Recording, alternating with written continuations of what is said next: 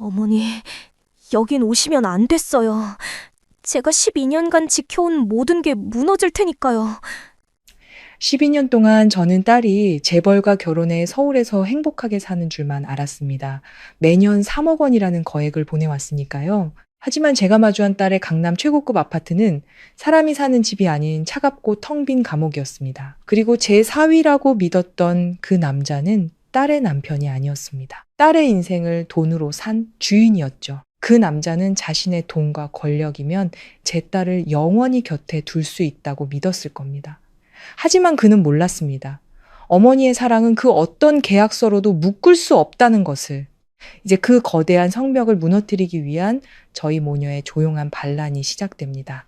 저희 모녀가 어떻게 딸의 인생을 되찾았는지 그 기적 같은 이야기가 궁금하시다면 좋아요와 구독을 눌러 저희 황혼의 이야기를 응원해 주세요.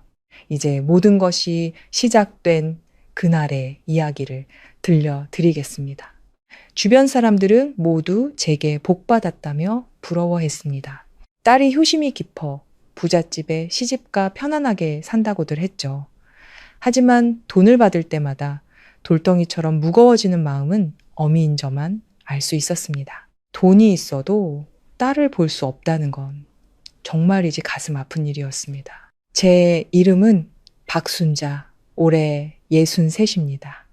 평생을 작은 시골 마을에서 살며 온갖 일을 다 했딸을 키웠습니다. 남편을 일찍 여의고 홀로 외동딸 수진이를 애지중지 길렀습니다. 제 딸은 어릴 때부터 영리하고 착한 데다 얼굴까지 예뻐서 보는 사람마다 나중에 큰 복을 누릴 거라고 칭찬하곤 했습니다. 그리고 정말 사람들의 말처럼 그런 복을 누리는 듯 보였습니다. 수진이가 21살 되던 해 서울에서 아르바이트를 하다가 강태준이라는 한국 남자를 만났습니다. 딸보다 20살 가까이 많은 남자였죠. 처음엔 제가 길길이 반대했습니다. 외국인이라서가 아니라 나이 차이가 너무 컸기 때문입니다.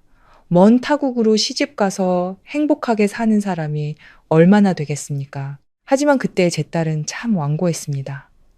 엄마, 제가 뭘 하는지 저도 알아요.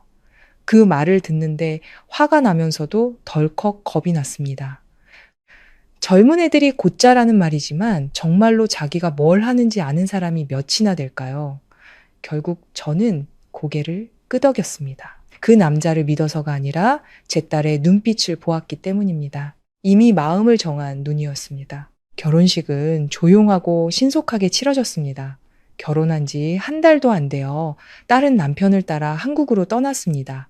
공항에서 딸은 저를 꽉 껴안고 서럽게 울었습니다. 저도 눈물이 났지만 딸 마음의 짐이 될까봐 애써 감췄습니다. 한두 해 지나면 오겠거니 적어도 명절엔 얼굴을 비추겠거니 생각했습니다. 하지만 아니었습니다. 1년이 지나도 2년, 3년이 지나도 딸은 오지 않았습니다. 5년째가 되던 해부터는 저도 더는 묻지 않게 되었습니다.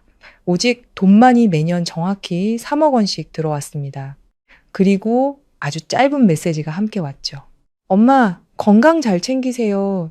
전 잘 지내요. 잘 지낸다. 그 말이 갈수록 저를 불안하게 만들었습니다. 이웃들은 수군거리기 시작했습니다. 어떤 이는 제가 복에 겨워 그런다고 했고, 어떤 이는 남편한테 잡혀 사는 것 아니냐고 했습니다.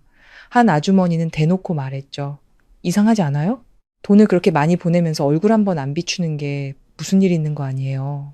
저는 그저 웃어 넘겼지만 밤에 홀로 누우면 속이 타들어갔습니다. 한 번은 영상 통화를 했는데 화면 속 딸의 얼굴은 여전히 예뻤지만 눈빛이 어딘가 달라져 있었습니다. 늘 서두르는 듯하고 항상 조심하는 듯한 눈빛이었죠. 건강은 어떠니? 하고 물으니 딸은 웃으며 그럼요, 엄마라고 답했습니다.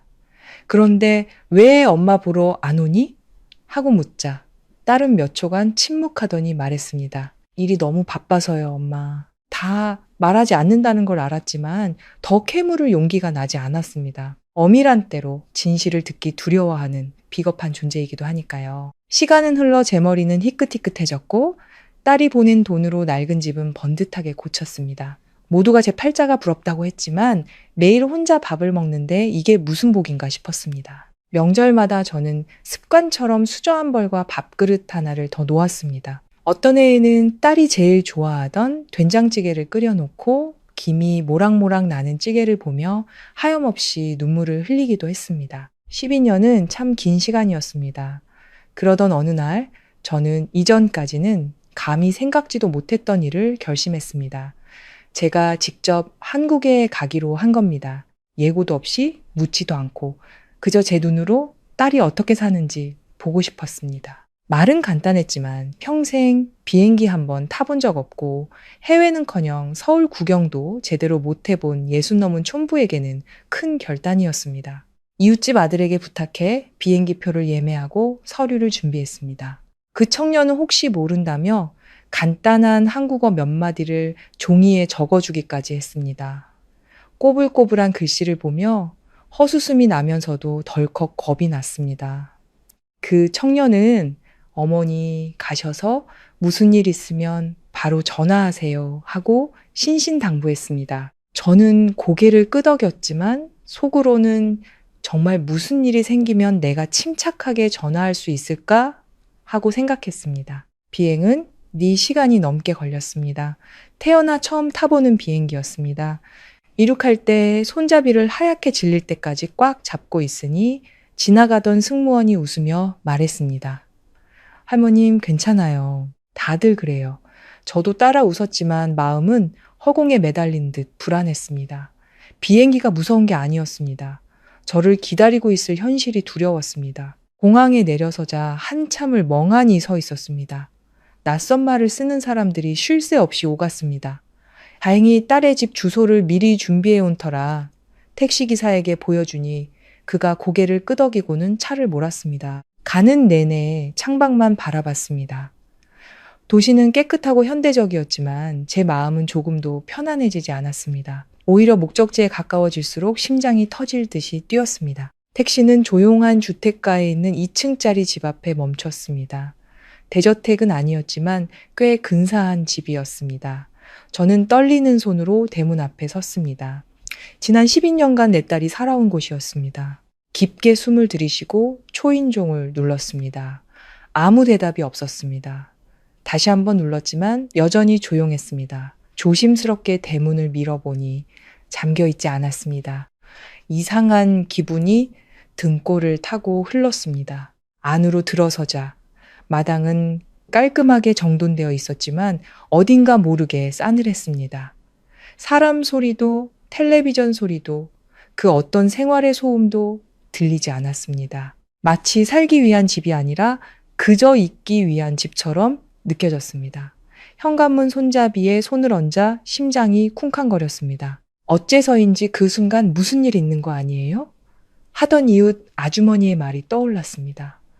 마른 침을 삼키고 천천히 문을 열었습니다.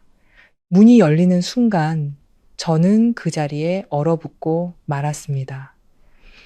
제 눈앞에 펼쳐진 것은 제가 12년간 상상해왔던 단란한 가정의 모습이 아니었습니다. 그것은 저를 주저앉게 할 만큼 충격적인 광경이었습니다. 그리고 그제야 저는 깨달았습니다. 매년 들어오던 3억 원은 복이 아니었습니다.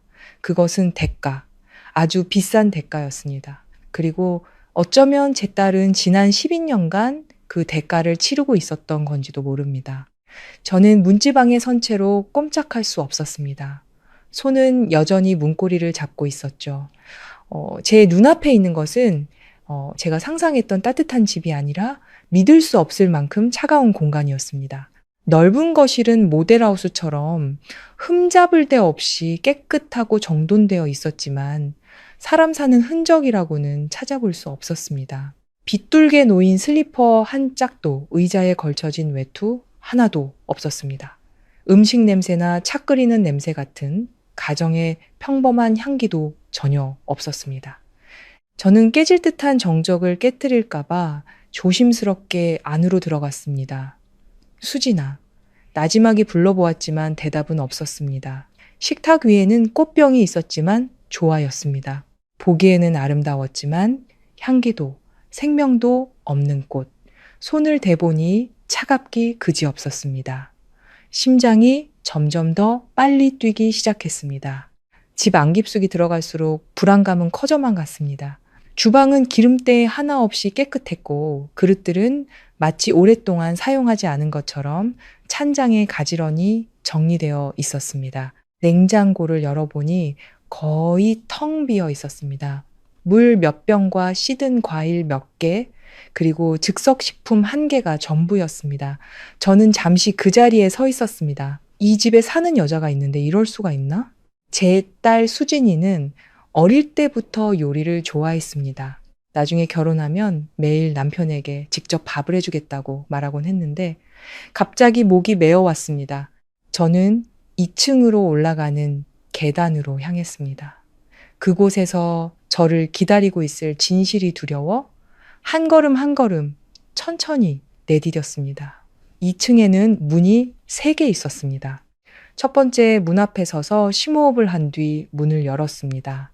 그곳은 침실이었지만 침대는 1인용이었습니다. 2인용이 아니었습니다. 저는 그 자리에 못 박힌 듯 서 있었습니다. 침대 시트는 조금의 구김도 없이 팽팽했고 두 사람이 함께 잤다는 흔적은 어디에도 없었습니다. 침대 옆 협탁에는 스탠드와 책 한 권, 그리고 낡은 휴대폰 하나가 놓여 있었습니다. 가까이 다가가 자세히 살펴보니 부부의 방이라고 볼 만한 물건은 아무것도 없었습니다. 오직 한 사람의 공간이었습니다. 다리가 후들거리기 시작했습니다. 옷장을 열어보니 안에는 전부 여자 옷뿐이었습니다. 남자 옷은 단 한 벌도 없었습니다. 단 한 벌도. 옷장을 닫자 심장이 세차게 뛰었습니다. 머릿속에 어떤 생각이 스쳤지만 차마 믿고 싶지 않았습니다. 저는 서둘러 2번째 방으로 향했습니다. 문을 열자 그곳은 서재였습니다. 책상과 컴퓨터, 서류들이 있었지만 모든 것이 마치 아무도 사용하지 않는 것처럼 지나치게 깔끔하게 정돈되어 있었습니다. 제 딸과 결혼했다는 강태준이라는 남자의 흔적을 필사적으로 찾았습니다. 하지만 사진 한 장, 개인적인 물건 하나, 그 어떤 흔적도 없었습니다. 마치 그 남자는 이 집에 존재한 적이 없는 사람 같았습니다. 등줄기부터 목덜미까지 한기가 번졌습니다. 저는 마지막 방으로 다가갔습니다. 어째서인지 문고리를 잡은 손이 더 심하게 떨렸습니다. 문을 열었고 이번에야말로 저는 정말 서 있을 수가 없었습니다. 그 방은 골판지 상자로 가득 차 있었습니다. 몇몇 열린 상자 안에는 한국 돈이 다발로 묶여 빽빽하게 쌓여 있었습니다. 저는 제 눈을 믿을 수가 없었습니다. 가까이 다가가 떨리는 손으로 돈다발 하나를 만져보았습니다. 다른 상자를 열어보니 역시 돈이었습니다. 세어보지 않아도 어마어마한 액수라는 것을 알 수 있었습니다. 저는 뒷걸음질 쳤습니다. 머릿속이 혼란스러웠습니다. 이게 대체 뭐지? 저는 중얼거렸습니다. 매년 딸이 3억 원씩 보내주던 것이 떠올랐습니다. 저는 그 돈이 저를 위한 것이라고만 생각했습니다.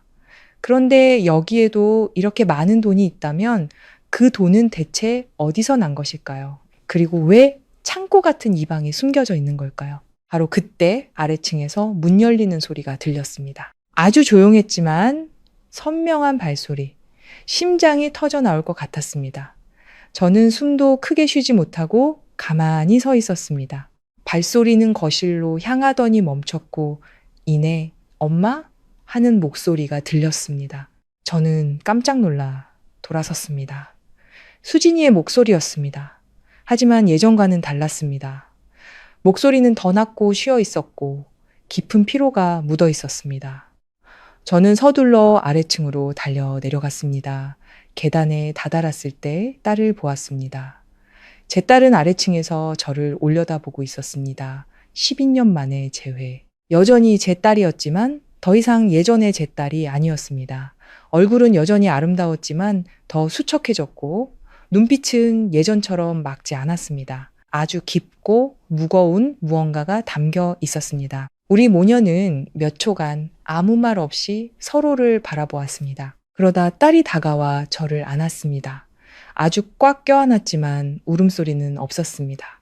그저 침묵만이 흘렀습니다. 딸이 무언가를 필사적으로 억누르고 있다는 것이 느껴졌습니다. 저는 떨리는 목소리로 물었습니다. 수진아, 이게 다 어떻게 된 거니? 딸은 바로 대답하지 않고 저를 놓아준 뒤 제 눈을 똑바로 쳐다봤습니다. 그리고는 제가 평생 잊지 못할 한마디를 했습니다. 엄마, 여기 오시면 안 됐어요. 저는 얼어붙었습니다. 왜? 목소리가 갈라져 나왔습니다. 딸은 시선을 내리깔며 희미하게 웃었습니다. 그 웃음에는 어떤 기쁨도 담겨 있지 않았습니다. 엄마가 다 봐버렸잖아요. 저는 딸의 손을 잡으며 다급하게 물었습니다. 내 남편은 어디 있니? 왜 집안에 그 사람 물건이 하나도 없어? 저 위층의 돈은 다 뭐고? 제발 엄마한테 말해줘. 딸은 한참 동안 침묵하더니 제 손을 부드럽게 떼어냈습니다. 엄마, 저 남편 없어요. 저는 그 자리에 얼어붙었습니다. 그 말은 마치 망치처럼 제 머리를 내리쳤습니다. 무슨 소리야? 딸은 저를 보며 아주 차분한 눈빛으로 말했습니다. 전 한 번도 결혼한 적 없어요. 공기가 얼어붙는 것 같았습니다. 제가 서 있는 건지 쓰러지고 있는 건지 분간할 수 없었습니다. 도저히 이해할 수가 없었습니다. 12년 전에. 엄마한테 거짓말했어요. 딸의 목소리는 아주 나지막했지만 한 글자 한 글자가 제 가슴에 비수처럼 밝혔습니다. 저는 한 걸음 물러서며 눈을 크게 떴습니다. 거짓말이라고? 딸이 고개를 끄덕였습니다. 세상이 빙빙 도는 것 같았습니다. 엄마, 제가 매년 보내드린 돈. 딸은 잠시 말을 멈췄다가 천천히 말을 이었습니다. 그거 남편 돈 아니에요. 저는 눈도 깜빡이지 않고 딸을 쳐다봤습니다. 심장이 아플 정도로 세차게 뛰었습니다. 그럼 무슨 돈인데? 딸은 바로 대답하지 않고 고개를 돌렸습니다. 잠시 후 딸이 말했습니다. 제가 번 돈이에요. 저는 제가 잘못 들었다고 생각했습니다. 어떻게 벌었는데 그렇게 많이 벌어? 딸이 웃었습니다. 이번에는 아까보다 더 아픈 웃음이었습니다. 제 시간과 제 인생의 일부를 팔아서요. 그 말의 의미를 다 이해할 수는 없었지만 무언가 아주 잘못되었다는 것은 알 수 있었습니다. 그리고 그 순간 저는 깨달았습니다. 이번 저의 방문은 단순한 만남이 아니라 제가 감히 상상조차 해보지 못했던 진실 속으로 걸어 들어가는 것이었습니다. 그리고 저는 아마도 이전과는 결코 같은 사람으로 돌아갈 수 없는 이야기들을 듣게 될 것이었습니다. 저는 여전히 다리가 떨려 거실 의자에 주저앉았습니다. 마치 꿈에서 깨어나 더 끔찍한 악몽 속으로 떨어진 기분이었습니다. 딸은 제 맞은편에 서서 두 손을 마주 잡고 시선을 아래로 향했습니다. 우리 모녀는 한참 동안 침묵했습니다. 묻고 싶은 것은 너무나도 많았지만 어디서부터 시작해야 할지 알 수 없었습니다. 결국 먼저 입을 연 것은 저였습니다. 수진아, 엄마한테 제대로 말해줘. 이게 대체 어떻게 된 일이니? 딸은 고개를 들어 저를 보았습니다. 피하지는 않았지만 아주 지친 눈빛이었습니다. 마치 오랫동안 비밀을 지켜오다 더는 숨길 힘조차 남지 않은 사람처럼 보였습니다. 엄마 앉으세요. 제가 다 말씀드릴게요. 저는 이미 앉아 있었지만 그 말을 듣자 무의식적으로 허리를 펴고 앉았습니다. 심장은 천천히 하지만 더 무겁게 뛰었습니다. 딸은 제 앞에 물 한 잔을 따라주고는 맞은편에 앉았습니다. 12년 전 결혼하러 간 게 아니었어요. 저는 잠시 눈을 감았습니다. 방금 들었던 말이었지만 다시 들어도 처음처럼 아팠습니다. 그럼 뭘 하러 간 거니? 하고 제가 물었습니다.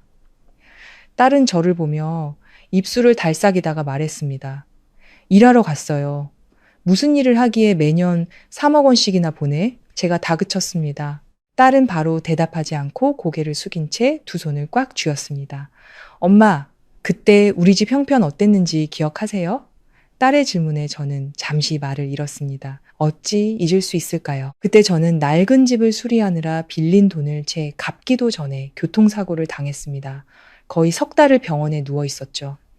약값과 병원비는 고스란히 어린 딸의 몫이었습니다.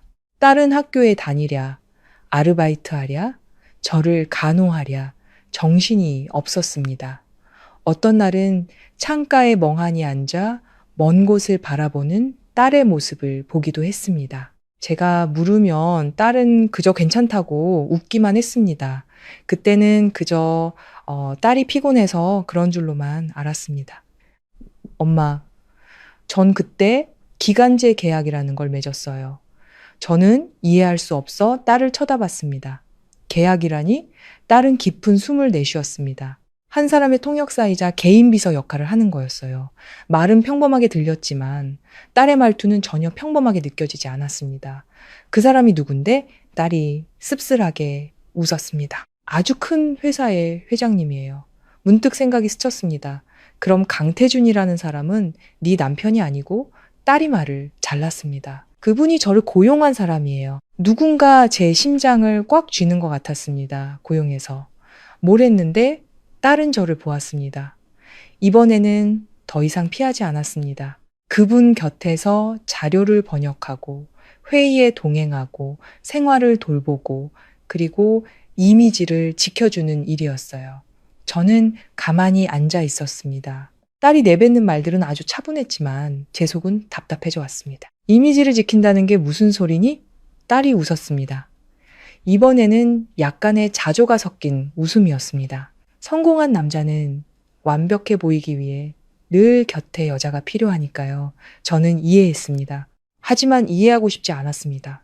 그럼 너는 그저 그 사람 옆에 서 있는 사람이었다는 거니? 딸이 고개를 끄덕였습니다.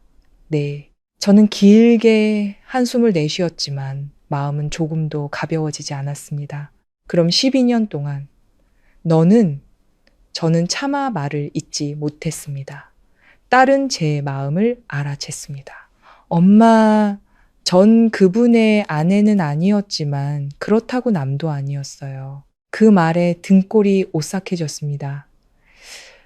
저는 딸을 보며 눈시울을 붉혔습니다. 네가 지금 무슨 말을 하는지 알고 있니? 딸이 저를 똑바로 쳐다봤습니다.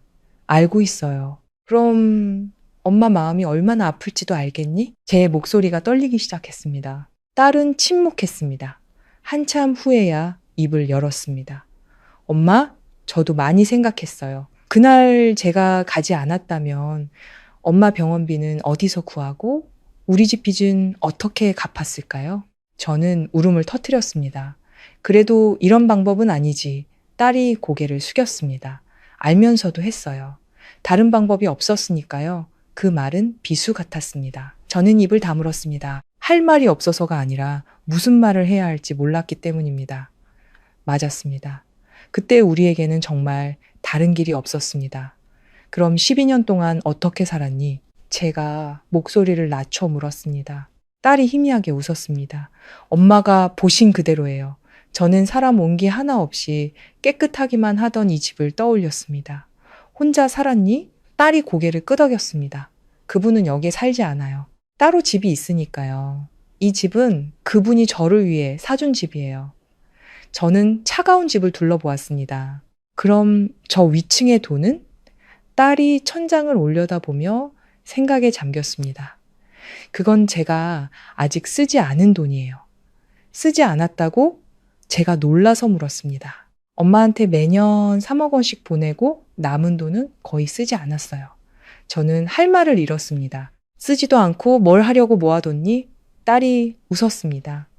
언젠가 멈출 수 있는 나를 위해서요. 그 말의 의미를 다 이해할 수는 없었지만 아주 깊은 무언가가 담겨 있다는 것을 느낄 수 있었습니다. 언제부터 멈추고 싶었는데 딸은 바로 대답하지 않고 제게 되물었습니다. 엄마, 제가 마지막으로 진심으로 웃었던 때가 언제인지 기억하세요? 저는 말을 잃었습니다. 기억나지 않았습니다. 영상 통화를 할 때마다 딸은 늘 웃고 있었습니다. 하지만 그게 진심이었을까요? 저는 알 수 없었습니다. 딸은 슬픈 눈으로 저를 보았습니다. 저도 기억 안 나요. 침묵이 흘렀습니다. 저는 12년 만에 처음으로 제 딸을 마주보며 깨달았습니다. 제 딸은 더 이상 철없던 시절의 그 아이가 아니었습니다. 평범하게 나이를 먹은 것이 아니라 세상에 의해 억지로 어른이 되어버린 것이었습니다. 저는 손을 뻗어 딸의 손을 잡았습니다. 이번에는 아무것도 묻지 않고 한참을 잡고 있다가 말했습니다. 수진아, 엄마랑 같이 가자. 딸이 저를 보며 눈빛이 흔들렸습니다. 가자, 딸아. 돈은 충분해. 집도 있고, 엄마는 이제 아무것도 필요 없어. 엄마는 너만 있으면 돼. 제 목소리는 떨렸지만 아주 단호했습니다. 딸은 한참 동안 침묵하더니 나지막이 말했습니다. 엄마, 그렇게 간단한 문제가 아니에요.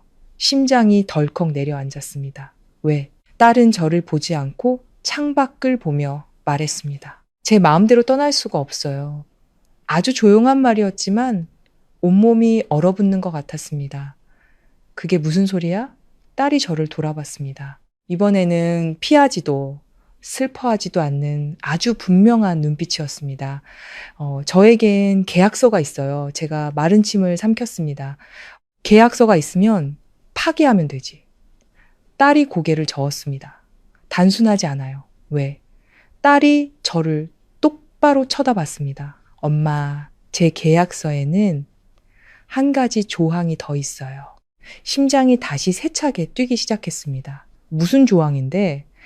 딸은 잠시 침묵하더니 말했습니다. 만약 제가 계약 기간이 끝나기 전에 임의로 떠나면 저는 숨을 죽였습니다. 지금까지 받았던 돈을 전부 반환해야 해요. 저는 그 자리에 얼어붙었습니다.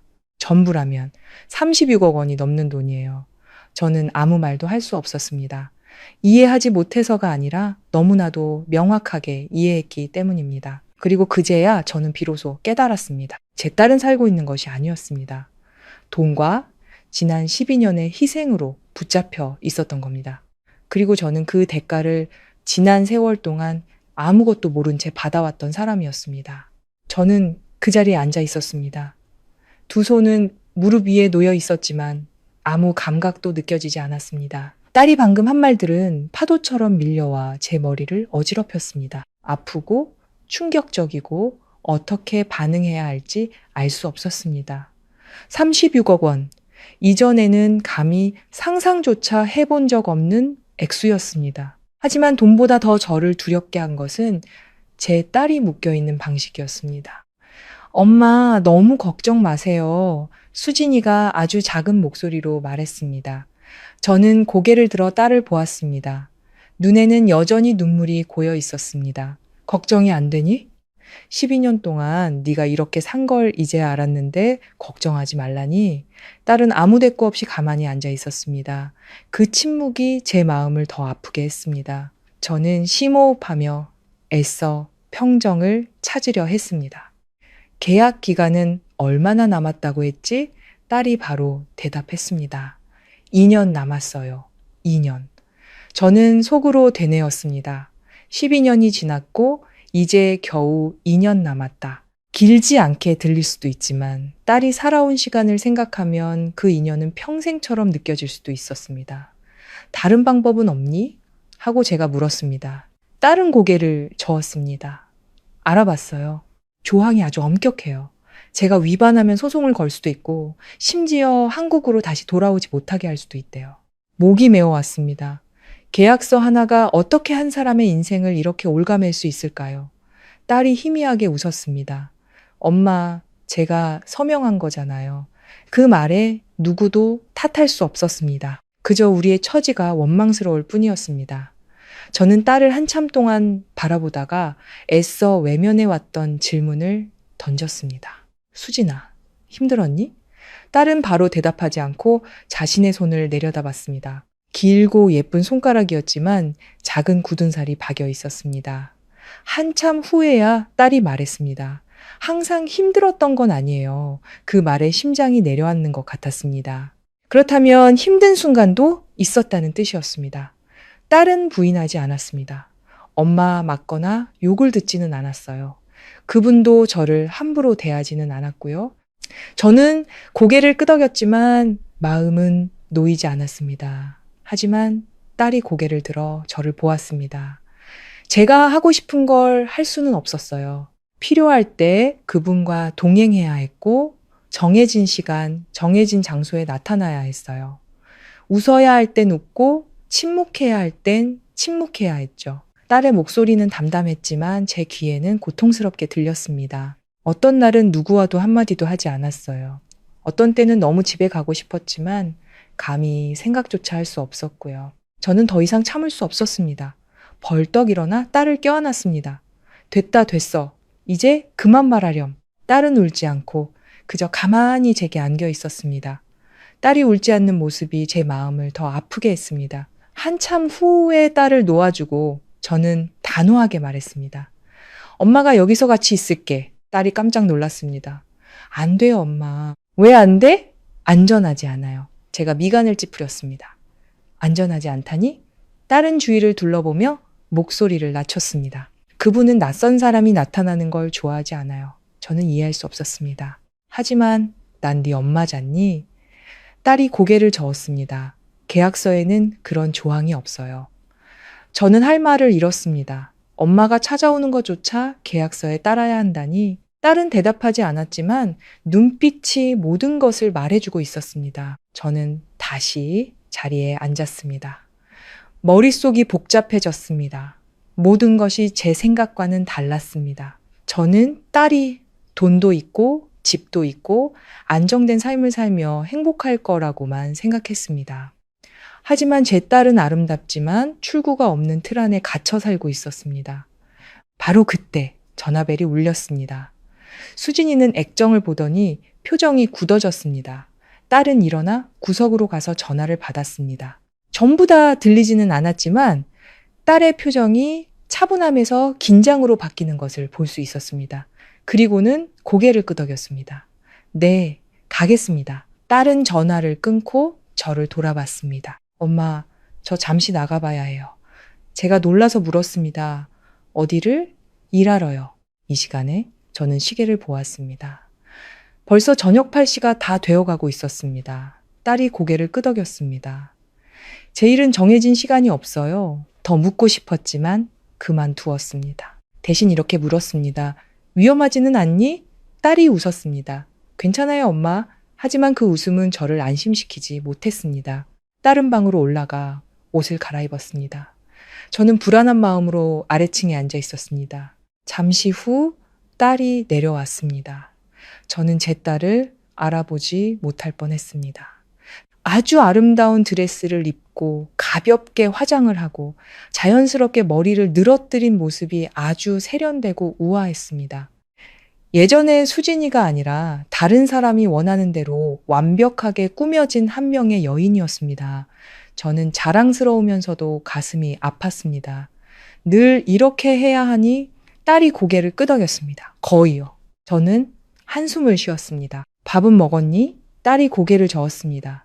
아니요. 제가 일어서며 말했습니다. 기다려. 엄마가 뭐라도 차려줄게. 딸이 웃었습니다. 엄마 시간이 없어요. 일하러 가는데 굶고 갈 수는 없지. 제 말에 딸은 잠시 멈칫하더니 작은 목소리로 말했습니다. 이젠 익숙해요. 그 말에 저는 참을 수가 없었습니다. 저는 주방으로 들어가 냉장고를 열었습니다. 몇 가지 간단한 재료밖에 없었지만 계란과 채소를 꺼내 서둘러 국을 끓이고 밥을 지었습니다. 마음은 불타는 듯 했지만 손은 빠르게 움직였습니다. 딸은 주방 입구에 서서 아무 말 없이 저를 바라보고 있었습니다. 제가 국그릇을 딸 앞에 놓아주었습니다. 먹으렴.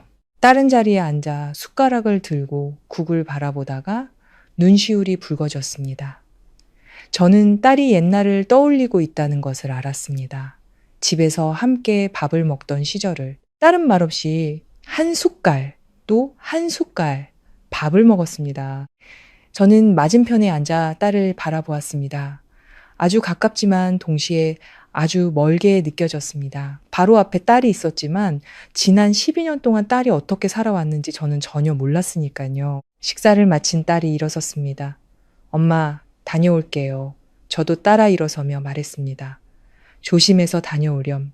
딸은 고개를 끄덕이고 문을 나섰습니다. 저는 딸의 모습이 사라질 때까지 지켜보다가 안으로 들어왔습니다. 집은 다시 제가 처음 왔을 때처럼 고요해졌습니다. 의자에 앉아 주위를 둘러보는데 테이블 위에 놓인 작은 열쇠 하나가 눈에 들어왔습니다. 아마 딸이 입고 간 모양이었습니다. 저는 열쇠를 집어들었습니다. 어째서인지 이 열쇠가 평범하지 않다는 예감이 들었습니다. 그리고 어쩌면 이 열쇠는 제 딸이 아직 말하지 않은 또 다른 비밀로 저를 이끌지도 모른다는 생각이 들었습니다. 저는 작은 열쇠를 손에 쥐고 몇 번이고 뒤집어 보았습니다. 집 열쇠 같지는 않았습니다. 더 작고 머리는 둥글고 몸체는 짧았습니다. 마치 작은 서랍이나 금고에 쓰는 열쇠처럼 보였습니다. 하지만 이 집을 거의 다 둘러봤는데 이런 열쇠가 필요한 곳은 보지 못했습니다. 저는 열쇠를 테이블에 내려놓았다가 다시 집어들었습니다. 마음이 초조해지기 시작했습니다. 나이 든 사람의 직감은 때로 설명할 수 없지만 틀리는 법이 거의 없습니다. 그리고 지금 제 직감은 이 열쇠가 우연히 남겨진 것이 아니라고 말하고 있었습니다. 저는 일어나 다시 한번 거실을 둘러보았습니다. 모든 것은 제가 처음 들어왔을 때처럼 정돈되어 있었고 변한 것은 없었습니다. 하지만 어째서인지 이 집에는 제가 미처 알아채지 못했던 또 다른 비밀의 겹이 있는 것처럼 느껴졌습니다. 저는 2층으로 올라갔습니다. 침실, 서재, 그리고 돈이 가득했던 방. 3개의 문은 그대로였습니다. 먼저 침실로 들어갔습니다. 1인용, 침대, 옷장, 협탁, 모든 것이 그대로였습니다. 옷장을 다시 여러 꼼꼼히 살펴보았지만 색깔별로 가지런히 정리된 옷들 외에는 특이한 것이 없었습니다. 침대 밑도 텅 비어 있었습니다. 서재로 가보았지만 역시 마찬가지였습니다. 서랍 안에는 서류와 수첩 몇 권, 그리고 제가 읽을 수 없는 한국어로 된 자료들 뿐 열쇠와 관련된 것은 없었습니다. 저는 잠시 서 있다가 마지막 방, 돈이 가득했던 그 방을 바라봤습니다. 심장이 가볍게 뛰었습니다. 저는 그 방으로 다가가 문을 열었습니다. 안에는 여전히 골판지 상자들이 쌓여 있었고 종이와 돈 냄새가 희미하게 풍겼습니다. 저는 안으로 들어가 문을 닫았습니다. 밀폐된 공간은 제 숨소리가 들릴 만큼 고요했습니다. 방 한가운데 서서 주위를 둘러보았습니다. 만약 이 열쇠가 어딘가에 쓰인다면 바로 이곳일 거라는 확신이 들었습니다. 저는 더 자세히 관찰하기 시작했습니다. 돈 상자들은 가지런히 쌓여 있었습니다. 열린 상자도 봉인된 상자도 있었습니다. 가장 가까운 상자를 열어보니 어제처럼 돈다발이 가득했습니다. 자물쇠는 없었습니다. 다른 상자들도 마찬가지였습니다. 저는 일어서서 방을 한 바퀴 돌며 벽, 바닥, 천장을 모두 살폈지만 모든 것이 평범했습니다. 하지만 방구석으로 다가갔을 때 저는 문득 걸음을 멈췄습니다. 벽에 바짝 붙어 있는 작은 수납장이 있었습니다. 어제는 미처 보지 못했던 것이었습니다. 흰색의 아주 단순한 디자인이라 벽과 거의 구분이 되지 않아 자세히 보지 않으면 지나치기 쉬웠습니다. 저는 다가가 손잡이를 당겨보았지만 잠겨 있었습니다. 심장이 더 세차게 뛰었습니다. 손에 쥔 열쇠를 보니 열쇠 구멍에 딱 맞을 것 같았습니다. 저는 마른 침을 삼켰습니다. 어째서인지 이 문 뒤에 있는 것이 두려워졌습니다. 하지만 저는 열쇠를 꽂고 가볍게 돌렸습니다. 딸깍, 자물쇠 열리는 소리가 조용한 방 안에서 선명하게 울렸습니다. 저는 잠시 멈췄다가 천천히 수납장 문을 열었습니다. 그리고 그 순간 다리에 힘이 풀리는 것을 느꼈습니다. 안에는 돈이나 귀중품이 아니라 수북이 쌓인 서류 뭉치가 있었습니다. 저는 떨리는 손으로 서류 한 뭉치를 집어들었습니다. 표지는 한국어로 되어 있었지만 그 아래에 작은 글씨로 개인 계약서라고 적혀 있었습니다. 저는 서류를 열었습니다. 첫 장에는 제 딸, 김수진의 이름이 있었습니다. 목이 바싹 타들어갔습니다. 다음 장을 넘기자 빽빽한 글씨들이 나타났습니다. 다 이해할 수는 없었지만 한글로 번역된 부분이 있었습니다. 계약 기간 14년. 저는 그 자리에 얼어붙었습니다. 14년. 아직 2년이 더 남았다는 뜻이었습니다. 다음 장을 넘겼습니다. 제5조. 계약자는 계약 기간 만료 전에 임의로 직무를 이탈할 수 없다. 위반 시 수령한 금액 전액을 반환하고 손해배상을 청구할 수 있다. 딸에게 들었던 내용이었지만 직접 눈으로 보니 고통이 더했습니다. 다음 장을 넘겼습니다. 제7조. 계약자는 요구에 따라 이미지를 유지해야 하며 개인정보를 누설하거나 외부와 개인적인 관계를 맺어서는 안 된다. 저는 미간을 찌푸렸습니다. 개인적인 관계를 맺어서는 안 된다. 그렇다면 차마 더 생각하고 싶지 않았습니다. 몇 장을 더 넘기다가 제 온몸을 차갑게 만드는 페이지에서 멈췄습니다. 추가 조항. 계약자가 고용인의 명예에 해를 끼치는 행위를 할 경우 고용인은 이익 보호를 위해 필요한 조치를 취할 권리가 있다. 어떤 조치인지는 명시되어 있지 않았지만 그 의미를 알 수 있었습니다. 저는 서류 뭉치를 내려놓았습니다. 손이 떨리고 머리가 어지러웠습니다. 지난 12년 동안 제 딸은 보이지 않는 창살이 있는 감옥, 벗어날 수 없는 감옥에 갇혀 살았던 겁니다. 저는 벽에 기대어 숨을 골랐습니다. 잠시 후 정신을 차리고 수납장 안을 다시 보았습니다. 계약서 외에도 다른 서류 뭉치들이 있었습니다. 다른 뭉치를 들어보니 계약서가 아니라 수많은 송금 내역서였습니다. 몇 장을 빠르게 넘겨보니 매년 3억 원이 아니라 그보다 훨씬 많은 돈이 오갔다는 것을 알 수 있었습니다. 이제야 이해가 됐습니다. 딸이 제게 보낸 돈은 일부에 불과했습니다. 나머지는 이 방에 마치 무언가를 준비하거나 모으기 위해 남겨둔 것이었습니다. 저는 딸에게 계획이 있었다는 것을 느낄 수 있었습니다. 제게 아직 말하지 않은 계획이. 바로 그때 아래층에서 문 열리는 소리가 들렸습니다. 심장이 덜컥 내려앉았습니다.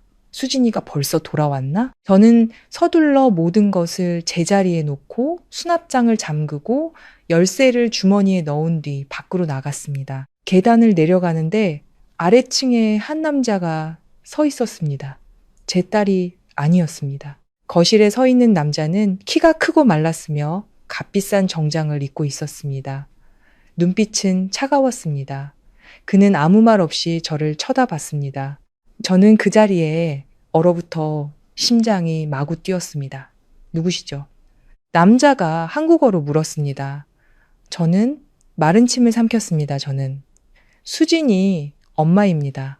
남자는 놀란 기색 없이 저를 잠시 쳐다보다가 가볍게 고개를 끄덕였습니다.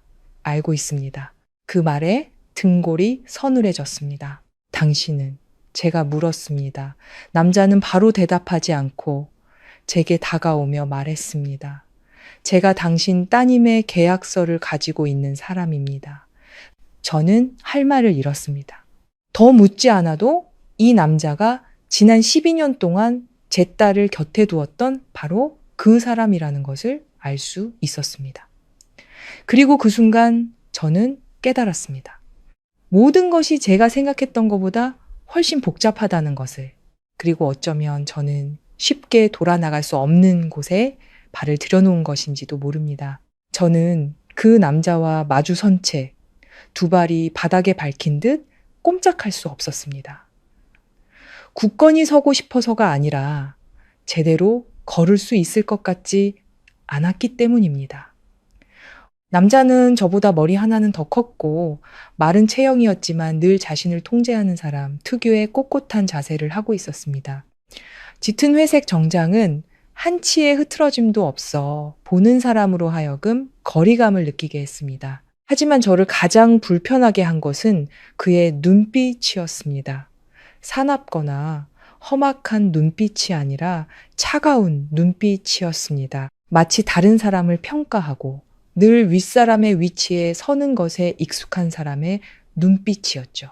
그는 저를 몇 초 더 쳐다보다가 여전히 평탄한 목소리로 다시 물었습니다. 언제부터 여기에 오셨습니까? 저는 애써 평정을 유지하며 대답했습니다.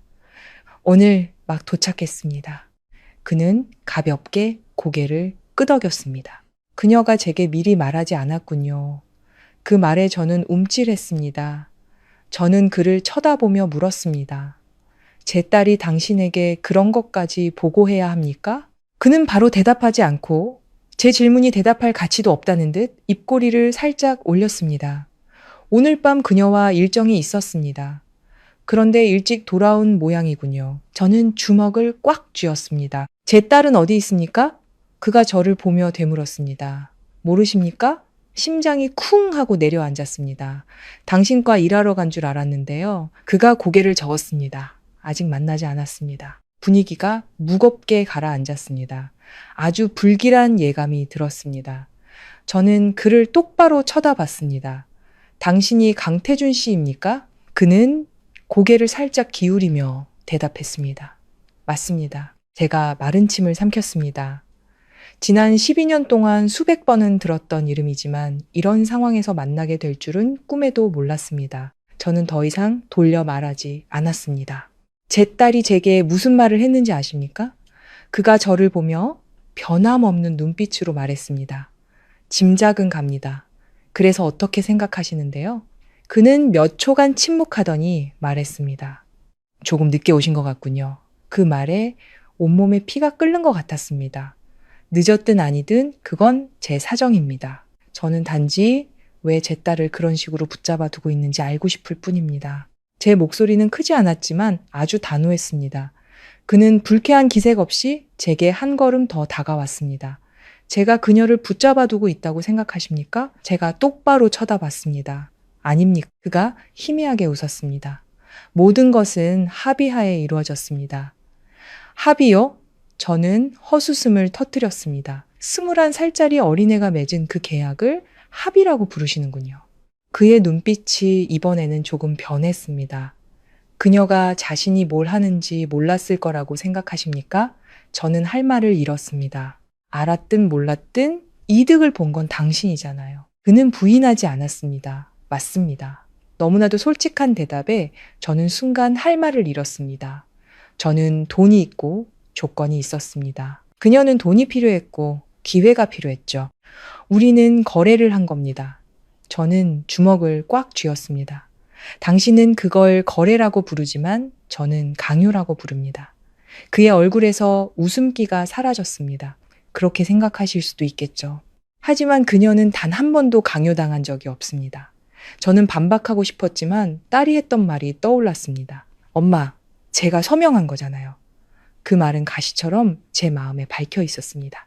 그가 말을 이었습니다. 지난 12년 동안 저는 그녀에게 어떤 해코지도 하지 않았습니다. 제가 그를 쳐다봤습니다.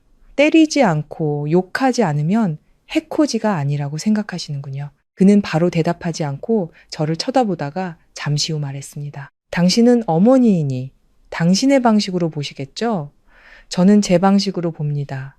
분위기는 다시 팽팽해졌습니다. 이 사람과 대화하는 것은 마치 벽에 대고 말하는 것 같았습니다. 그가 단단해서가 아니라 무서울 정도로 침착했기 때문입니다. 바로 그때 문이 열리고 수진이가 들어왔습니다. 그를 보자 딸의 표정이 눈에 띄게 굳어졌습니다. 두려움이 아니라 긴장이었습니다. 오셨어요? 딸이 애써 평범한 목소리로 물었습니다. 그가 딸을 돌아봤습니다. 일찍 왔군. 딸이 고개를 끄덕였습니다. 개인적인 일이 있었어요. 그는 저를 한번 보고 다시 딸을 보았습니다. 개인적인 일이란 이분을 말하는 건가? 딸은 대답하지 않고 저와 그 남자 사이로 와서 섰습니다. 아주 작은 행동이었지만 저는 딸이 저를 보호하려 한다는 것을 알 수 있었습니다. 저는 딸을 보며 가슴이 아팠습니다. 제 딸은 이런 상황에 양쪽 사이에 서는 것에 이미 익숙해져 있었습니다. 엄마, 방에 올라가서 쉬세요. 딸이 제게 작게 말했습니다. 저는 고개를 저었습니다. 아니, 엄마 여기 있을래. 딸은 걱정스러운 눈빛으로 저를 보았습니다. 엄마 괜찮아. 제가 단호하게 말했습니다. 딸은 더 이상 말하지 않고 그를 향해 돌아섰습니다. 무슨 일이시죠? 그가 딸을 보았습니다.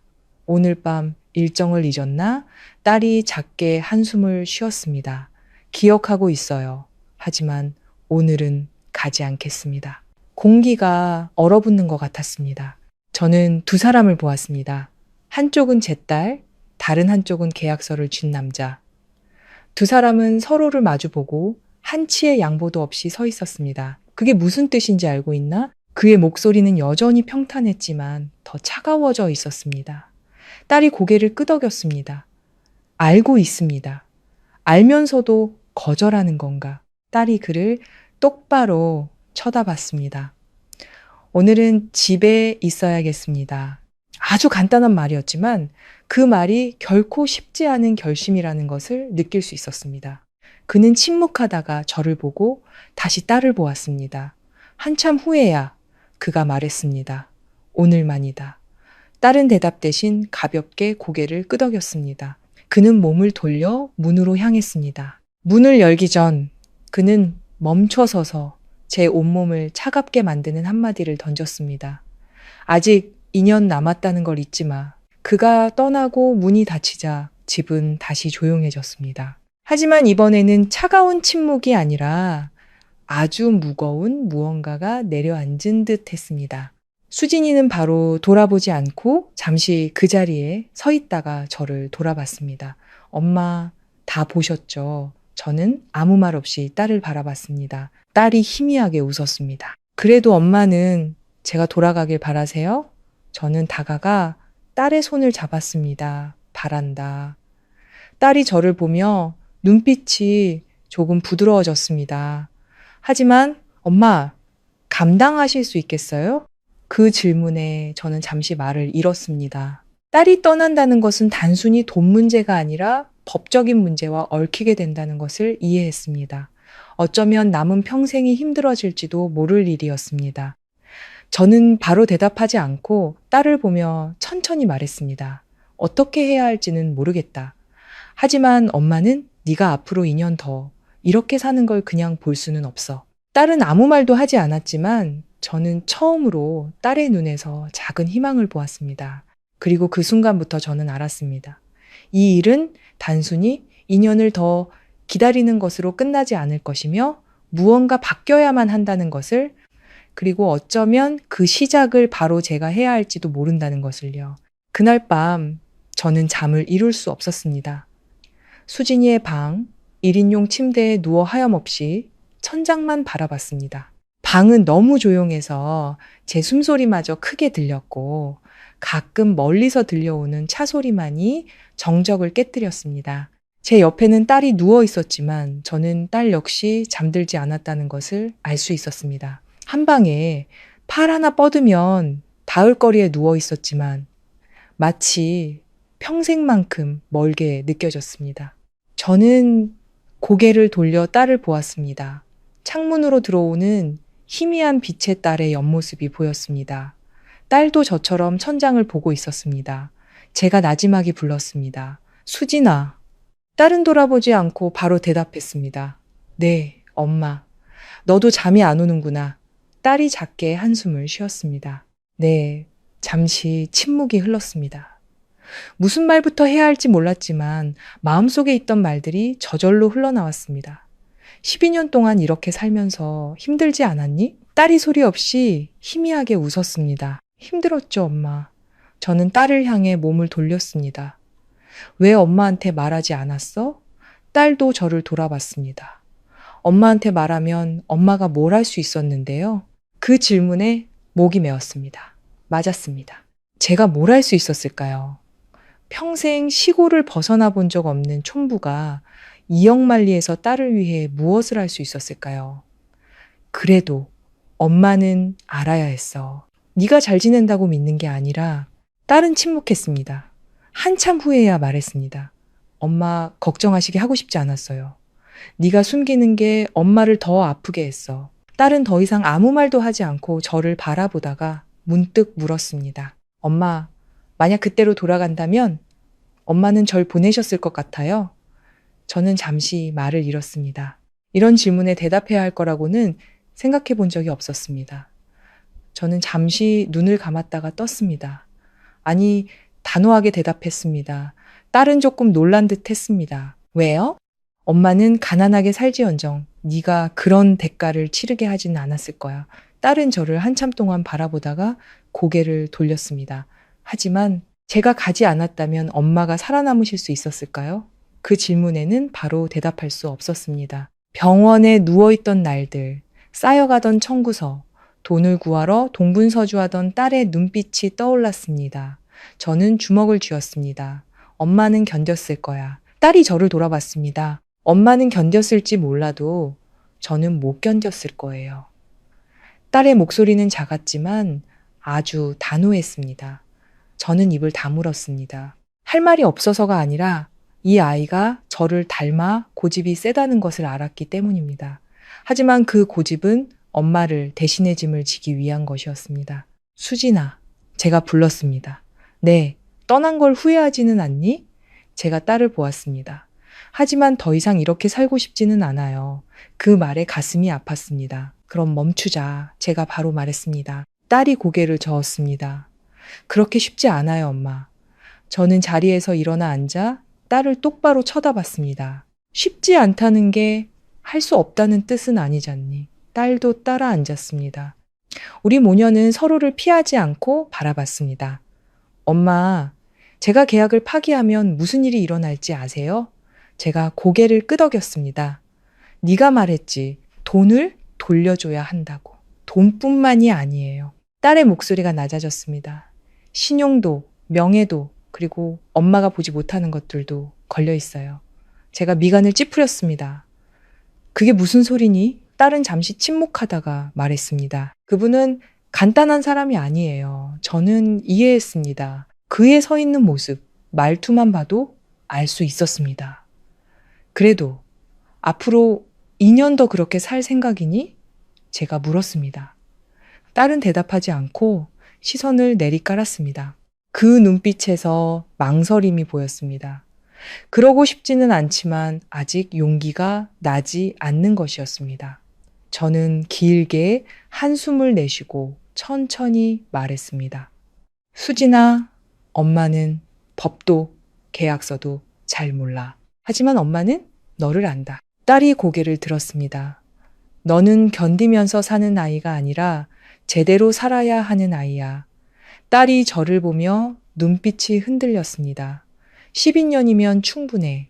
너는 너무 많은 대가를 치렀어.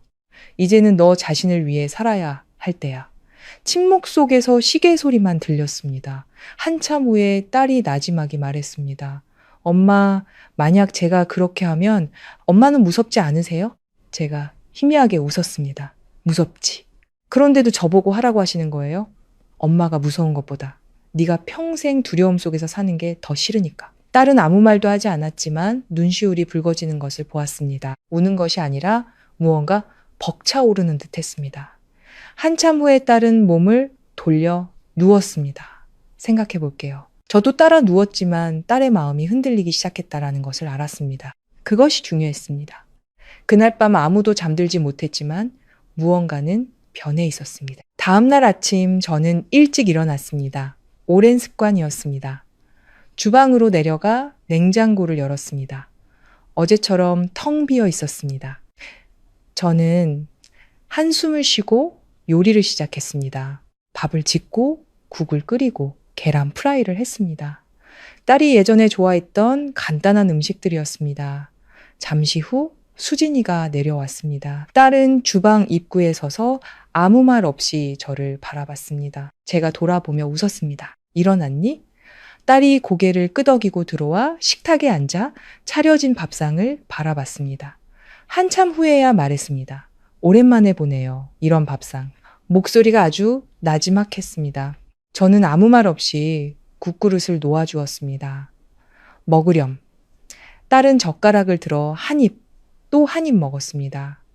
저는 맞은편에 앉아 딸을 바라봤습니다. 그 순간 저는 다시 제 딸을 찾은 것 같았습니다. 어젯밤 드레스를 입었던 그 여인이 아니라 예전에 저와 함께 밥을 먹으며 천진하게 웃던 제 딸이었습니다. 식사를 마친 딸은 잠시 앉아있다가 말했습니다. 엄마, 저 오늘 일 안 가요? 제가 고개를 끄덕였습니다. 엄마 모시고 가고 싶은 곳이 있어요. 제가 딸을 보았습니다. 어디? 딸은 바로 대답하지 않고 희미하게 웃었습니다. 엄마가 꼭 보셨으면 하는 곳이에요. 저는 더 묻지 않고 고개를 끄덕였습니다.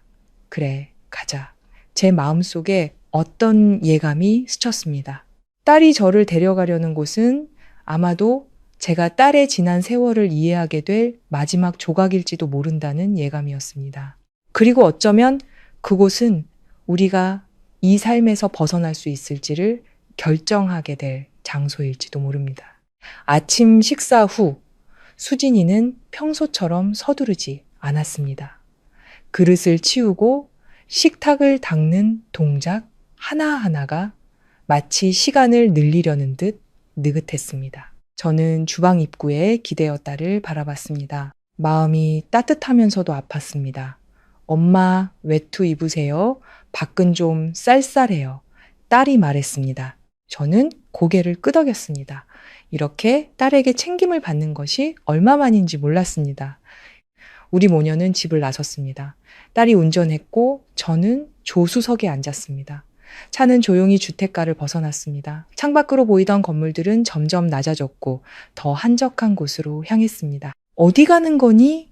하고 제가 물었습니다. 딸은 저를 보지 않고 운전에 집중하며 말했습니다. 제가 자주 가던 곳이에요. 목소리는 평범했지만 아주 특별한 의미가 담겨 있는 듯 했습니다. 차는 작고 소박한 건물 앞에 멈췄습니다. 화려하지도 낙지도 않은 3층짜리 건물이었습니다. 앞에는 한국어로 된 간판이 걸려 있었습니다. 안으로 드나드는 사람들이 몇몇 보였습니다. 수진이는 시동을 끄고 저를 돌아봤습니다. 엄마, 같이 들어가요. 저는 고개를 끄덕였습니다. 안으로 들어서는 순간 집과는 전혀 다른 공기를 느낄 수 있었습니다. 사람들의 목소리, 차와 가벼운 음식 냄새, 모든 것이 살아 있었습니다. 중년의 한 여성이 수진이를 보고 미소를 지었습니다. 오셨네요? 한국어로 한 말이었습니다. 저는 깜짝 놀랐습니다. 수진이가 고개를 끄덕였습니다. 네, 오늘은 엄마랑 같이 왔어요. 여자는 다정한 눈빛으로 저를 보았습니다. 안녕하세요, 어머님. 저도 고개를 끄덕여 인사했지만 아직 이곳이 어떤 곳인지 알 수 없었습니다. 수진이는 저를 안으로 안내했습니다. 넓은 방에는 몇 개의 테이블과 의자가 있었고 몇몇 여자들이 이야기를 나누거나 책을 읽고 있었습니다. 모두 다양한 연령대의 여성들이었습니다. 저는 딸의 팔을 살짝 끌었습니다. 여기가 어디니? 딸은 저를 보며 천천히 말했습니다. 저와 같은 사람들이 오는 곳이에요. 저는 말을 잃었습니다. 저와 같은 사람들이란. 딸이 고개를 끄덕였습니다. 엄마, 여기 앉아 계세요. 제가 차 가져올게요. 저는 의자에 앉았습니다. 마음이 초조해졌습니다. 잠시 후 딸이 따뜻한 차 2잔을 가져왔습니다. 드세요, 엄마. 저는 찻잔을 들었지만 눈은 여전히 주위를 살폈습니다. 이곳의 여자들은 부유해 보이지도 가난해 보이지도 않았습니다. 그들에게는 이름 붙이기 힘든 무언가가 있었습니다. 근처에 앉아있던 40대쯤으로 보이는 여자가 저를 돌아봤습니다. 어머니, 오신 지 얼마 안 되셨나 봐요. 제가 고개를 끄덕였습니다. 네, 딸 보러 왔습니다. 그녀가 웃었습니다. 수진이요? 제가 놀라서 물었습니다. 아세요? 그녀가 고개를 끄덕였습니다. 그럼요. 여기 자주 와요. 저는 딸을 보았습니다. 딸은 아무 말 없이 조용히 앉아 있었습니다. 제가 다시 물었습니다. 여기가 어떤 곳인데요? 그녀는 저를 잠시 보더니 말했습니다. 저희가 와서 이야기하는 곳이에요. 저희라니요? 어머니 따님처럼 일하는 사람들이요. 심장이 쿵 하고 내려앉는 것 같았습니다. 그런 사람들이 그렇게 많나요? 그녀가 희미하게 웃었습니다. 많아요, 아주머니. 그 대답에 저는 슬퍼해야 할지 두려워해야 할지 알 수 없었습니다. 저희는 저마다 사정이 달라요. 빚 때문에, 가족 때문에, 혹은 그저 빨리 인생을 바꾸고 싶어서 온 사람들도 있죠. 그녀는 마치 평범한 일인 양 담담하게 말했습니다. 저는 주위의 얼굴들을 둘러보았습니다. 모두 달랐지만 한 가지 공통점이 있었습니다. 그들의 눈빛에는 순수함 대신 아주 깊고 많은 것을 겪어낸 듯한 무언가가 담겨 있었습니다. 저희는 여기에 숨 쉬러 와요. 그녀가 덧붙였습니다. 이야기하고 자기 자신이 누구였는지 기억하기 위해서요. 그 말에 목이 메었습니다. 수진이는 옆에서 아무 말도 하지 않았습니다. 저는 딸을 돌아봤습니다. 너도 여기 자주 왔니? 딸이 고개를 끄덕였습니다. 힘들 때마다요. 제가 딸의 손을 잡았습니다. 힘들었는데 엄마한테는 말 안 하고 딸이 희미하게 웃었습니다. 그때는 차마 그럴 용기가 없었어요. 저는 딸의 손을 더 꽉 잡았습니다. 잠시 후 그 여자가 일어섰습니다. 어머님, 편히 계세요. 필요한 거 있으시면 저희에게 말씀하세요. 저는 고개를 끄덕였습니다. 그녀가 떠나자 제가 딸에게 물었습니다. 여기에 친구도 있니? 딸이 고개를 끄덕였습니다. 몇 명 있어요. 그 중에. 돌아간 사람도 있니? 제가 물었습니다. 딸은 침묵했습니다. 한참 후에야 말했습니다. 있어요. 제 마음에 작은 희망이 싹 텄습니다. 정말 딸이 저를 보았습니다. 돈을 다 갚고 돌아간 사람이요. 제가 바로 물었습니다. 그럼 너도 할 수 있잖아. 딸이 고개를 저었습니다. 상황이 달라요. 뭐가 다른데? 처한 환경, 계약 조건, 그리고 뒤에 있는 사람이요. 저는 모두가 같지는 않다는 것을 이해했습니다. 하지만 적어도 벗어난 사람이 있다는 사실이 중요했습니다. 저는 딸을 보며 말했습니다. 엄마는 네가 돈 다 갚는 거 원하지 않아. 그냥 네가 돌아오기만 하면 돼. 딸은 대답 없이 고개를 숙였습니다. 딸이 생각에 잠겨 있다는 것을 알았습니다. 잠시 후 딸이 일어섰습니다. 엄마, 저랑 한 군데만 더 가요. 저는 고개를 끄덕였습니다. 우리 모녀는 그곳을 나와 다시 차에 올랐습니다. 이번에는 더 멀리 갔습니다. 도심을 벗어나자 길은 한적해졌습니다. 작은 밭들을 지나 차는 넓은 공터 앞에 멈췄습니다. 그곳에는 작은 목조 주택이 있었습니다. 앞에는 작은 마당이 있었죠. 화려하지는 않았지만 아주 평화로워 보였습니다. 저는 차에서 내려 숨을 크게 들이쉬었습니다. 도시와는 다른 맑은 공기였습니다. 여긴 어디야? 제가 물었습니다. 딸은 집을 바라보며 나지막이 말했습니다. 제가 오려고 했던 곳이에요. 제가 딸을 돌아봤습니다. 계약이 끝나면요. 심장이 세차게 뛰었습니다. 준비하고 있었구나. 딸이 고개를 끄덕였습니다. 몇 년 전부터 이 땅을 사서 이 집을 지었어요. 저는 주위를 둘러보았습니다. 집은 크지 않았지만 살기에는 충분해 보였습니다. 연기하기 위한 곳도 이미지를 지키기 위한 곳도 아닌 오직 살기 위한 공간이었습니다. 안으로 들어서자 내부는 단순했습니다. 작은 거실, 부엌, 침실 하나.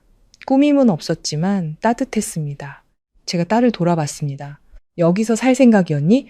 딸이 고개를 끄덕였습니다. 다시 시작하고 싶었어요. 저는 딸을 끌어안았습니다. 그렇다면 2년 더 기다리지 마. 딸은 저를 밀어내지 않고 가만히 있었습니다. 한참 후에 딸이 나지막이 말했습니다. 엄마, 저 무서워요. 저는 딸을 놓아주고 똑바로 쳐다봤습니다.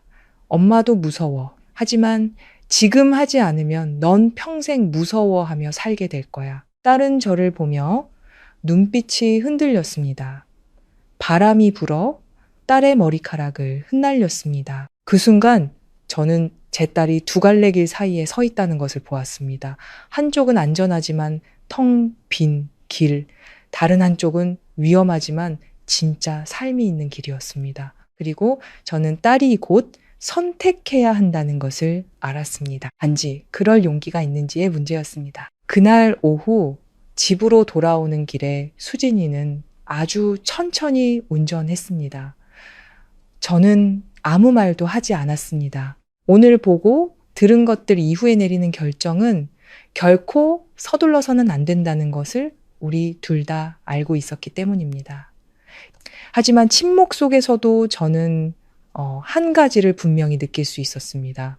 제 딸이 경계선에 서 있으며 단 한 걸음만 내디디면 모든 것이 달라질 것이라는 것을요. 차가 집 앞에 멈췄을 때 저는 무언가 잘못되었다는 것을 직감했습니다. 아침에 나설 때와 달리 대문이 살짝 열려 있었습니다. 마당에는 낯선 검은색 세단이 주차되어 있었습니다. 심장이 덜컥 내려앉았습니다. 수진이도 그 차를 보았습니다. 딸의 손이 운전대를 꽉 쥐었습니다. 잠시 후 딸이 한숨을 내쉬었습니다. 그 사람이 왔네요. 제가 딸을 보았습니다. 알아? 딸이 고개를 끄덕였습니다. 그 사람 차예요. 차 안의 공기가 무겁게 가라앉았습니다. 저는 딸의 손 위에 제 손을 얹었습니다. 무섭니? 딸은 침묵하다가 고개를 저었습니다. 아니요. 하지만 저는 딸이 무섭지 않은 것이 아니라 그 감정에 익숙해진 것이라는 걸 알았습니다. 우리 모녀는 차에서 내렸습니다. 저는 딸의 곁에서 빠르지도 느리지도 않게 걸었습니다. 하지만 마음속으로는 이번이 이전과는 다르다는 것을 분명히 알고 있었습니다. 문을 열자 그가 거실에 앉아 있었습니다. 여전히 그 정장 차림, 꼿꼿한 자세였지만 이번에는 눈빛이 달랐습니다. 어제처럼 평온하지 않고 날카로웠습니다. 어디 갔다 오는 길인가? 그는 수진이를 보자마자 인사도 없이 바로 물었습니다. 딸은 피하지 않고 멈춰 섰습니다. 엄마 모시고 다녀왔어요. 보고도 없이. 제 개인적인 일입니다. 짧은 대화였지만 분명한 대립이 느껴졌습니다. 저는 옆에 서서 끼어들지 않았지만 오늘의 제 딸은 어젯밤과는 다르다는 것을 느낄 수 있었습니다. 더 이상 조심스러워하지 않고 더 단단해져 있었습니다. 그가 일어서서 다가왔습니다. 목소리는 높지 않았지만 차가웠습니다. 계약서를 잊었나? 수진이가 그를 똑바로 쳐다봤습니다. 잊지 않았어요. 그렇다면 뭘 해야 하는지 알 텐데 오늘은 아닙니다. 아주 단호한 대답이었습니다. 심장이 세차게 뛰었습니다. 제 딸은 지금 한계선을 넘고 있었습니다. 그는 몇 초간 침묵하다가 저를 돌아봤습니다. 따님에게 무슨 말을 하셨습니까? 저는 피하지 않았습니다. 어미로서 해야 할 말을 했을 뿐입니다. 그가 저를 보며 눈빛이 더 날카로워졌습니다. 지금 무슨 짓을 하고 있는지 알고 계십니까? 제가 고개를 끄덕였습니다. 알고 있습니다. 따님이 계약을 위반하게 만들고 있다는 걸 말입니다. 저는 제 딸이 사람답게 살도록 돕고 있는 겁니다. 공기가 팽팽하게 당겨졌습니다. 몇 초간 아무도 말을 잇지 않았습니다. 그러다 그가 희미하게 웃었습니다. 감정 없는 웃음이었습니다. 이 일이 그렇게 간단하다고 생각하십니까? 저는 대답하지 않고 그를 쳐다봤습니다. 그가 수진이를 돌아봤습니다. 너도 그렇게 생각하나? 딸은 침묵하다가 말했습니다. 저는 제가 할 만큼 했다고 생각해요. 그 말은 되돌릴 수 없는 마침표 같았습니다. 그가 딸을 눈도 깜빡이지 않고 쳐다봤습니다. 그만두고 싶다는 건가? 딸은 바로 대답하지 않았지만 이내 아주 가볍지만 분명하게 고개를 끄덕였습니다. 저는 옆에서 심장이 내려앉는 것을 느꼈습니다. 두려워서가 아니라 이 순간부터 모든 것이 예전 같지 않을 것이라는 것을 알았기 때문입니다. 그는 화를 내거나 소리치지 않았습니다. 그저 조용히 서 있다가 말했습니다. 그게 무슨 뜻인지는 알고 있겠지. 알고 있어요. 준비는 되어 있나? 준비하고 있습니다.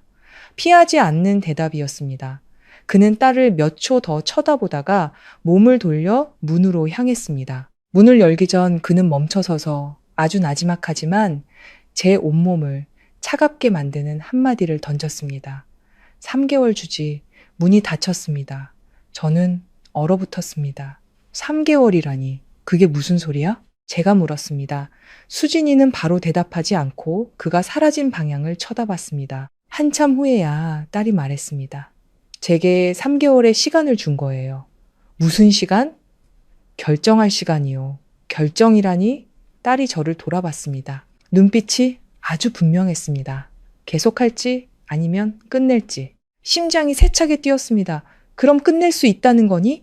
딸이 고개를 저었습니다.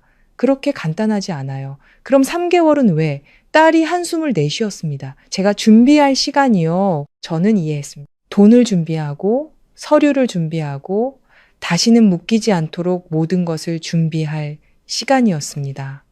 제가 딸을 보았습니다. 충분하겠니? 딸은 대답 없이 침묵했습니다. 아직 부족하다는 뜻이었습니다. 저는 다가가 딸의 손을 잡았습니다. 다 준비하지 않아도 돼. 딸이 저를 보았습니다. 그저 원하기만 하면 돼. 딸이 희미하게 웃었습니다. 엄마, 이 일은 원한다고 되는 게 아니에요. 제가 고개를 끄덕였습니다. 하지만 원하지 않으면 절대로 안 되지. 딸은 침묵하다가 나지막이 말했습니다. 엄마, 저 무서워요. 제가 딸의 손을 꽉 쥐었습니다. 엄마도 무서워. 하지만 엄마가 여기 있잖니. 딸이 저를 보며 눈빛이 부드러워졌습니다. 3개월, 딸이 반복했습니다. 3개월 안에 결정해야 해요. 제가 고개를 끄덕였습니다. 그럼 우리 그 3개월을 써서 뭐 할까? 벗어나는 거요. 공기는 더 이상 긴장되지 않았습니다. 어렵지만 갈 수 있는 하나의 분명한 길이 보였습니다. 수진이는 저를 보며 가볍게 고개를 끄덕였습니다. 더 이상 아무 말도 하지 않았지만 저는 딸이 이미 선택했다는 것을 알았습니다. 단지 앞으로의 길이 험난할 뿐이었습니다. 그리고 그 3개월은 우리 모녀의 인생을 통째로 바꾸게 될 시간이 될 것이었습니다. 3개월. 짧게 들릴 수도 있지만 막상 닥치고 보니 그 시간이 얼마나 긴지 알 수 있었습니다. 바로 다음 날부터 수진이는 완전히 달라졌습니다. 더 이상 조용히 견디는 모습이 아니라 주도적으로 움직이기 시작했습니다. 모든 서류를 꺼내 책상 위에 펼쳐놓고 밤새도록 계약서의 모든 조항을 메모하고 계산하고 알아봤습니다. 저는 옆에 앉아 있었지만 그 글자들을 다 이해할 수는 없었습니다. 하지만 한 가지는 분명히 알 수 있었습니다. 제 딸이 지금 자신의 인생을 되찾기 위한 싸움을 준비하고 있다는 것을요. 엄마, 제가 지금까지 받은 돈을 정확히 알아야 해요. 딸이 모니터에서 눈을 떼지 않고 말했습니다. 알고 있잖니? 매년 3억 원씩 제가 대답했습니다. 그게 다가 아니에요. 딸의 목소리가 낮아졌습니다. 또 뭐가 있는데? 딸이 저를 돌아봤습니다. 눈빛이 조금 긴장되어 있었습니다. 은행을 통하지 않고 받은 돈들이요. 저는 그 방에 있던 돈들을 떠올렸습니다. 한숨이 나왔습니다. 그래서 전부 합치면 얼마니? 딸은 잠시 침묵하다가 액수를 말했습니다. 저는 그 숫자를 듣고 아무 말 없이 앉아 있었습니다. 놀라서가 아니라 너무나도 큰 액수였기 때문입니다. 감히 상상조차 하기 힘든 돈이었습니다. 엄마, 제가 계약을 일찍 끝내려면 이 금액의 거의 전부를 준비해야 해요. 제가 딸을 보았습니다. 거의 전부라면 얼만큼인데 최소한 70%는요. 저는 마른 침을 삼켰습니다. 여전히 어마어마한 액수였습니다. 지금 얼마나 모았니? 딸이 제게 파일을 열어 보여주었습니다. 저는 보고 나서 심장이 다시 내려앉았습니다. 아직 턱없이 부족했습니다. 딸이 고개를 끄덕였습니다. 아직 많이 부족해요? 저는 침묵하다가 물었습니다. 그래서 어떻게 할 생각이니? 딸이 저를 보았습니다. 이번에는 눈빛이 아주 분명했습니다. 팔 거예요. 뭘? 제가 가진 것들이요. 저는 바로 알아차렸습니다. 이 집 모아둔 돈, 다른 자산들. 다 팔면 나중에는 어떻게 살려고? 딸이 희미하게 웃었습니다. 엄마, 저에겐 이미 돌아갈 곳이 있잖아요. 저는 작지만 아늑했던 그 목조 주택을 떠올렸습니다. 고개를 끄덕였습니다. 그래, 네가 살 수만 있다면야. 딸이 저를 보았습니다. 그냥 사는 게 아니라 진짜로 사는 거요. 그 말에 마음이 가벼워지면서도 걱정이 되었습니다. 이 길이 쉽지 않을 것이라는 걸 알았기 때문입니다. 그 후 며칠 동안 딸은 쉴 새 없이 바빴습니다. 부동산 중개인을 만나고 서류를 검토하고 끊임없이 전화를 했습니다. 어떤 통화는 1시간이 넘게 이어졌고 어떤 때는 빠른 한국말로 격앙된 목소리로 이야기하기도 했습니다. 저는 다 이해할 수는 없었지만 그 압박감을 느낄 수는 있었습니다. 어떤 밤에는 딸이 멍하니 허공을 바라보며 아무 말도 하지 않았습니다. 저는 묻지 않고 그저 옆에 앉아 딸의 손 위에 제 손을 얹었습니다. 아주 가벼운 접촉이었지만 딸이 혼자가 아니라는 것을 알려주기에는 충분했습니다. 일주일이 지났습니다. 어느 날 오후 딸이 피곤한 얼굴로 집에 돌아왔습니다. 어떻게 됐니? 하고 제가 물었습니다. 딸은 자리에 앉아 한숨을 쉬었습니다. 이 집을 사겠다는 사람이 나타났어요. 제가 깜짝 놀랐습니다. 정말? 딸이 고개를 끄덕였습니다. 하지만 가격을 너무 낮게 불러요. 저는 이해했습니다. 우리가 급한 걸 알고 값을 후려치는 것이었습니다. 딸이 희미하게 웃었습니다. 네, 제가 딸을 보았습니다. 팔 생각이니? 딸은 침묵했습니다. 한참 후에야 말했습니다. 아직 결정 못했어요. 제가 고개를 끄덕였습니다. 서두를 필요 없어. 딸이 저를 보았습니다. 엄마, 저한테 시간이 많지 않아요. 알아. 하지만 시간을 핑계로 내 인생을 헐값에 팔 수는 없지. 제 말에 딸은 잠시 멈칫하다가 고개를 끄덕였습니다. 알겠어요? 하지만 문제는 돈에서 그치지 않았습니다. 어느 날 밤, 딸이 일하고 있는데 전화가 울렸습니다. 딸은 액정을 보더니 표정이 굳어졌습니다. 그 사람이었습니다. 딸은 고개를 끄덕이고 전화를 받았습니다. 저는 전부 다 들을 수는 없었지만 딸이 꼿꼿이 서서 듣다가 말하는 것을 보았습니다.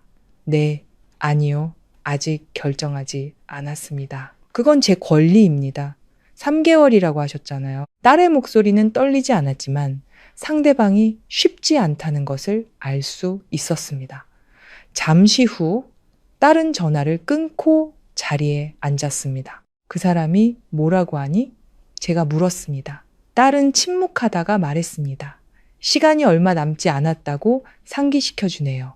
제가 미간을 찌푸렸습니다. 협박은 없었고 딸이 고개를 저었습니다. 아니요. 하지만 딸은 무언가를 숨기고 있었습니다. 말로 하지 않아도 사람을 두렵게 만드는 것들이 있다는 것을 저는 알았습니다. 그날 밤 저는 잠을 이루지 못했습니다. 누워서 생각하다가 문득 한 가지를 깨달았습니다. 지금까지 저는 딸이 벗어나는 것만 생각했지. 만약 벗어나지 못하면 어떻게 될지는 생각해 보지 않았던 겁니다. 저는 자리에서 일어나 딸을 보았습니다. 딸은 자고 있거나 적어도 조용히 누워 있었습니다. 깊이 잠들지 못했다는 것을 알 수 있었습니다. 제가 나지막이 말했습니다. 수진아. 딸이 바로 눈을 떴습니다. 네. 엄마가 뭐 하나만 물어보자. 딸이 몸을 돌렸습니다. 물어보세요, 엄마. 만약에 돈이 부족하면 저는 잠시 말을 멈췄다가 이었습니다. 모든 걸 버리고 떠날 용기가 있니? 딸은 바로 대답하지 않고 한참 동안 침묵했습니다. 그러다가 말했습니다. 엄마, 저도 그 생각 해봤어요. 딸은 저를 똑바로 쳐다봤습니다. 그래도 가고 싶어요. 심장이 따뜻해졌습니다. 아무것도 없이 다시 시작해야 할지도 모르는데, 네. 모든 걸 이룰 수도 있는데, 네. 저는 아무 말 없이 아주 가볍지만 단호하게 고개를 끄덕였습니다. 그럼 가자. 딸이 저를 보며 눈빛이 더 이상 흔들리지 않았습니다. 엄마, 정말 괜찮으시겠어요? 제가 웃었습니다. 평생 처음으로. 엄마는 괜찮아. 딸도 따라 웃었습니다. 이번에는 진짜 웃음이었습니다. 억지나 피곤함이 섞이지 않은 가벼운 웃음이었습니다. 하지만 저는 모든 것이 아직 끝나지 않았다는 것을 알았습니다. 3개월은 이제 막 시작되었을 뿐이었습니다. 그리고 깊이 들어갈수록 우리는 단순히 계약서 한 장이 아니라 하나의 시스템, 한 명의 남자, 그리고 쉽게 벗어날 수 없는 세상과 마주하고 있다는 것을 분명히 느끼게 되었습니다. 하지만 이번에는 두렵지 않았습니다. 제 딸이 더 이상 돌아가고 싶어 하지 않는다는 것을 알았기 때문입니다. 그 후의 날들은 제가 상상했던 것보다 더 빠르게 흘러갔습니다. 순조로워서가 아니라 더 이상 물러설 곳이 없었기 때문입니다. 수진이는 모든 서류를 다시 정리하기 시작했습니다. 그 잠긴 수납장에 있던 서류 뭉치들을 전부 꺼내 하나하나 분류했습니다.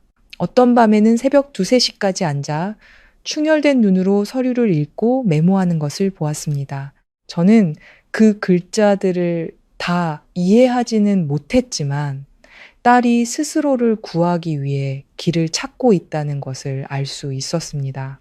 어느 날 밤 딸이 저를 불렀습니다. 엄마, 저는 거실에 앉아 있다가 바로 올라갔습니다. 왜 그러니? 딸이 제게 서류 뭉치 하나를 건넸습니다. 엄마가 이것 좀 가지고 계세요. 제가 받아들며 놀라서 물었습니다. 이게 뭔데? 계약서 사본이랑 중요한 서류들이에요.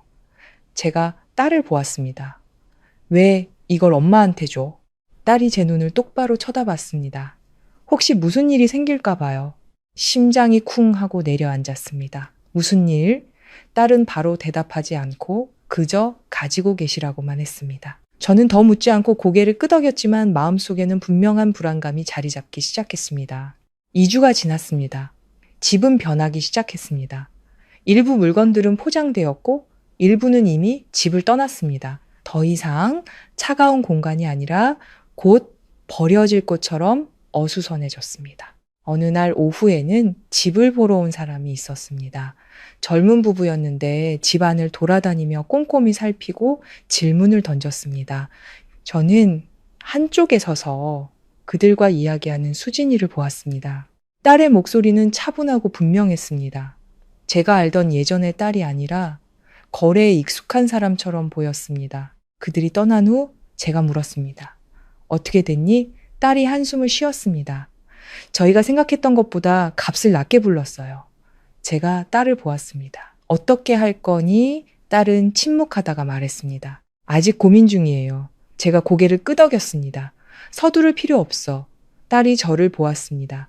엄마, 저한테 시간이 많지 않아요. 알아. 하지만 시간이 없다고 해서 네 결정을 틀리게 할 수는 없어. 딸은 아무 말도 하지 않았지만 제 말을 듣고 있다는 것을 알 수 있었습니다. 그날 밤 또 전화가 울렸습니다. 이번에는 딸이 밖으로 나가지 않고 제 바로 앞에서 전화를 받았습니다. 여보세요. 저는 상대방의 목소리는 들을 수 없었지만 딸의 얼굴이 점점 굳어지는 것을 볼 수 있었습니다. 아니요.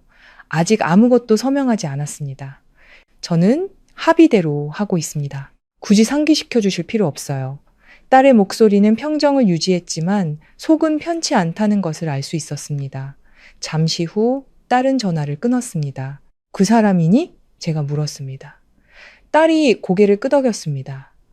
내가 집 파는 걸 알고 있어요. 제가 깜짝 놀랐습니다. 어떻게 알았을까? 딸이 씁쓸하게 웃었습니다. 여기서는 비밀이 없어요. 저는 이해했습니다. 그 같은 사람이 알고자 한다면 알 수 있을 것이었습니다. 뭐라고 하니 다시 생각해 보라고 하네요.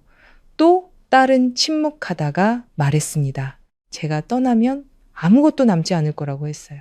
저는 주먹을 꽉 쥐었습니다. 협박하는 거구나. 딸이 고개를 저었습니다. 협박이 아니라 알려주는 거예요. 저는 아무 말도 하지 않았지만 이 일이 단순히 돈 문제가 아니라 권력의 문제라는 것을 분명히 깨달았습니다. 그날 밤 저는 불도 켜지 않은 거실에 혼자 앉아 있었습니다. 창문으로 들어오는 희미한 빛에 의지해 많은 생각을 했습니다. 그리고 문득 한 가지를 깨달았습니다. 지금까지 우리는 벗어나는 것만 생각했지, 벗어난 후에는 어떻게 될지 생각해 보지 않았던 겁니다. 저는 일어나 딸의 방으로 가문을 두드렸습니다. 수진아, 아직 안 자니? 네, 아직요. 제가 안으로 들어갔습니다. 딸은 침대에 앉아 무릎을 끌어안고 저를 보고 있었습니다. 엄마, 제가 자리에 앉았습니다. 나중에 대해서 생각해 본 적 있니? 딸이 잠시 멈칫했습니다. 나중이라니요? 네가 떠난 후에 말이야. 딸은 침묵했습니다. 한참 후에 말했습니다. 한국으로 돌아가고 싶어요. 제가 고개를 끄덕였습니다. 그리고 나서는 딸이 저를 보았습니다. 작은 가게를 열고 싶어요. 제가 희미하게 웃었습니다. 무슨 가게? 식당이요. 제가 딸을 보았습니다. 아직도 요리하는 게 좋니? 딸이 고개를 끄덕였습니다. 네, 마음이 따뜻해졌습니다.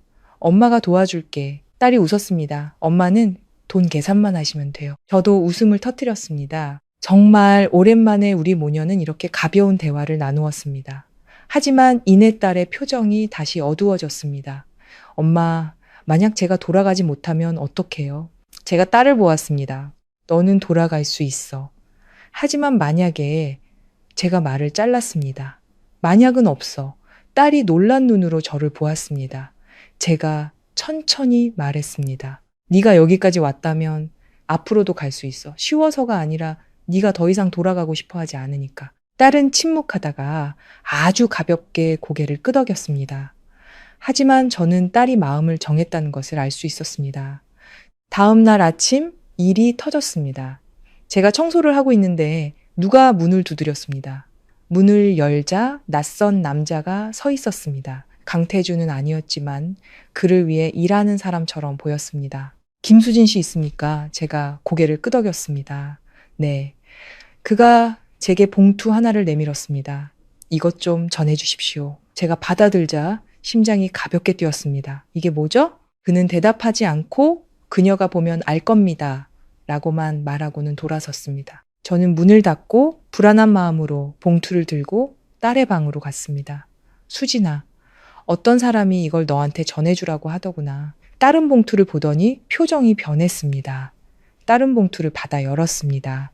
안에는 돈이 아니라 종이 한 장이 들어 있었습니다. 딸은 그것을 읽더니 얼굴이 하얗게 질렸습니다. 무슨 일이니? 제가 물었습니다. 딸은 바로 대답하지 않고 제게 종이를 건넸습니다. 저는 받아들고 읽었습니다. 단 한 줄이 적혀 있었습니다. 남은 기간 45일. 저는 그 자리에 얼어붙었습니다. 45일이라니 이게 무슨 소리야? 딸이 저를 보며 아주 낮은 목소리로 말했습니다. 그 사람이 시간을 줄였어요. 심장이 쿵 하고 내려앉았습니다. 3개월 아니었어? 딸이 고개를 끄덕였습니다. 하지만 그 사람에겐 그럴 권리가 있어요. 공기가 얼어붙는 것 같았습니다. 저는 딸을 보았고 딸은 저를 보았습니다. 아무도 아무 말도 하지 않았지만 우리 둘 다 알고 있었습니다. 3개월에서 45일로 줄었다는 것은 더 이상 준비할 시간이 아니라 이전처럼 살지 아니면 새롭게 살지를 결정해야 하는 시간이라는 것을요. 그리고 이번에는 더 이상 망설일 여유조차 없었습니다. 45일, 숫자가 사람을 이렇게 숨막히게 할 수 있다는 것을 그때 처음 알았습니다. 계산하고 방법을 찾을 여유가 있던 3개월은 순식간에 한 달 반으로 줄어들었습니다. 더 이상 신중하게 고민할 문제가 아니었습니다. 아주 빠르고 아주 단호하게 결정해야만 했습니다. 수진이는 그 쪽지를 읽고 한참 동안 그 자리에 서 있었습니다. 저는 딸의 가빠지는 숨소리, 하얗게 질리도록 꽉 쥔 주먹을 똑똑히 보았습니다. 엄마, 딸이 쉰 목소리로 저를 불렀습니다. 제가 다가갔습니다. 네, 저한테. 더 이상 시간이 없어요. 제가 고개를 끄덕였습니다. 엄마도 알아. 딸이 저를 돌아봤습니다. 눈빛이 흔들리고 있었습니다. 제 시간에 못할까봐 무서워요. 제가 딸의 어깨에 손을 얹었습니다. 해보지도 않고 어떻게 알아. 딸은 침묵하다가 깊은 숨을 한번 내쉬었습니다. 당장 팔아야겠어요. 저는 이해했습니다. 더 이상 죗값을 받으려 하거나 더 좋은 구매자를 기다릴 여유가 없었습니다. 오직 빠르고 충분한 선택만이 남았습니다. 그래, 팔자. 저는 망설임 없이 말했습니다. 딸은 제가 그렇게 빨리 동의할 줄은 몰랐는지 저를 쳐다봤습니다. 엄마, 값을 낮게 받으면 제가 말을 잘랐습니다. 우리가 필요한 건 높은 가격이 아니라 떠날 수 있는 자유야. 딸이 저를 보며 눈빛이 부드러워졌습니다. 네. 그 후의 날들은 제가 평생 겪어보지 못했던 시간의 연속이었습니다. 집은 소란스러워졌습니다.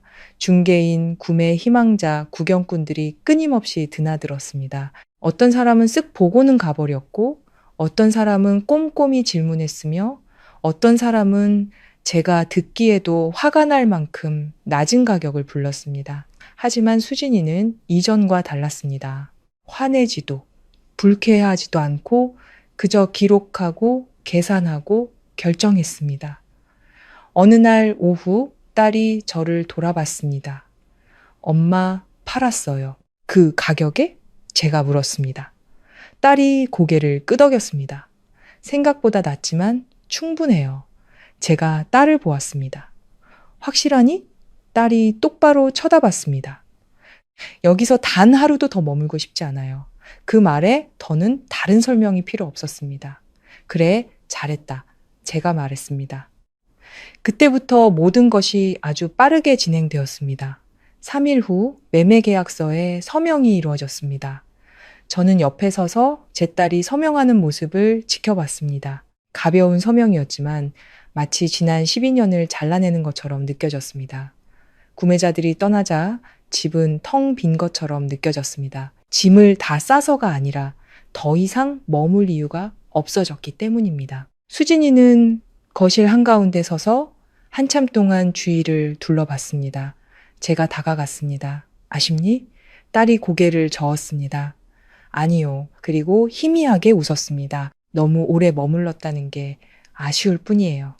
저는 아무 말 없이 딸의 손을 잡았습니다. 하지만 집을 판다고 해서 모든 것이 끝난 것은 아니었습니다. 집을 판 돈과 모아둔 돈을 합쳐도 여전히 부족했습니다. 많지는 않았지만 분명히 부족했습니다. 엄마, 딸의 목소리가 낮아졌습니다. 아직 조금 부족해요. 제가 고개를 끄덕였습니다. 얼마나? 딸이 액수를 말했습니다. 저는 듣고 나서 침묵했습니다. 작은 돈은 아니었지만 불가능한 액수도 아니었습니다. 제가 딸을 보며 말했습니다. 엄마한테 있어. 딸이 깜짝 놀랐습니다. 엄마한테 뭐가요? 제가 희미하게 웃었습니다. 엄마한테도 집이 있잖니. 딸은 그 자리에 얼어붙었습니다. 엄마, 무슨 말씀이세요? 고향에 있는 우리 집 말이다. 딸이 바로 고개를 저었습니다. 안 돼요. 왜? 그건 엄마 집이잖아요. 그럼 이제 엄마가 너한테 빌려주는 거지. 딸이 주먹을 꽉 쥐었습니다. 안 돼요, 엄마. 제가 딸을 보았습니다. 너는 엄마한테 12년을 줬어. 이제 엄마가 너한테 집 한 채 주는 거야. 안 될 게 뭐가 있니? 딸은 침묵했습니다. 눈시울이 붉어졌습니다.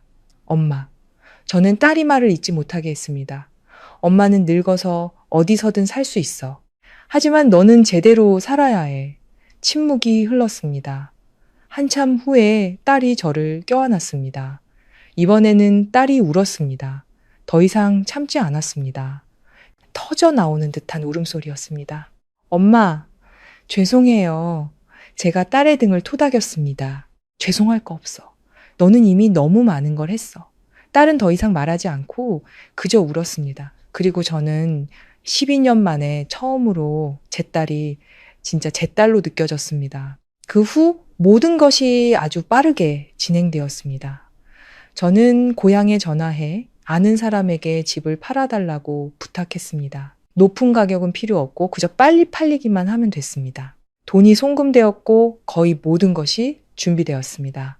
이제 마지막 한 단계 돈을 건네고 모든 것을 끝내는 일만 남았습니다. 그날이 마침내 왔습니다. 수진이는 단순한 옷차림에 화장도 하지 않았습니다. 그저 본연의 모습이었습니다. 딸이 저를 보았습니다.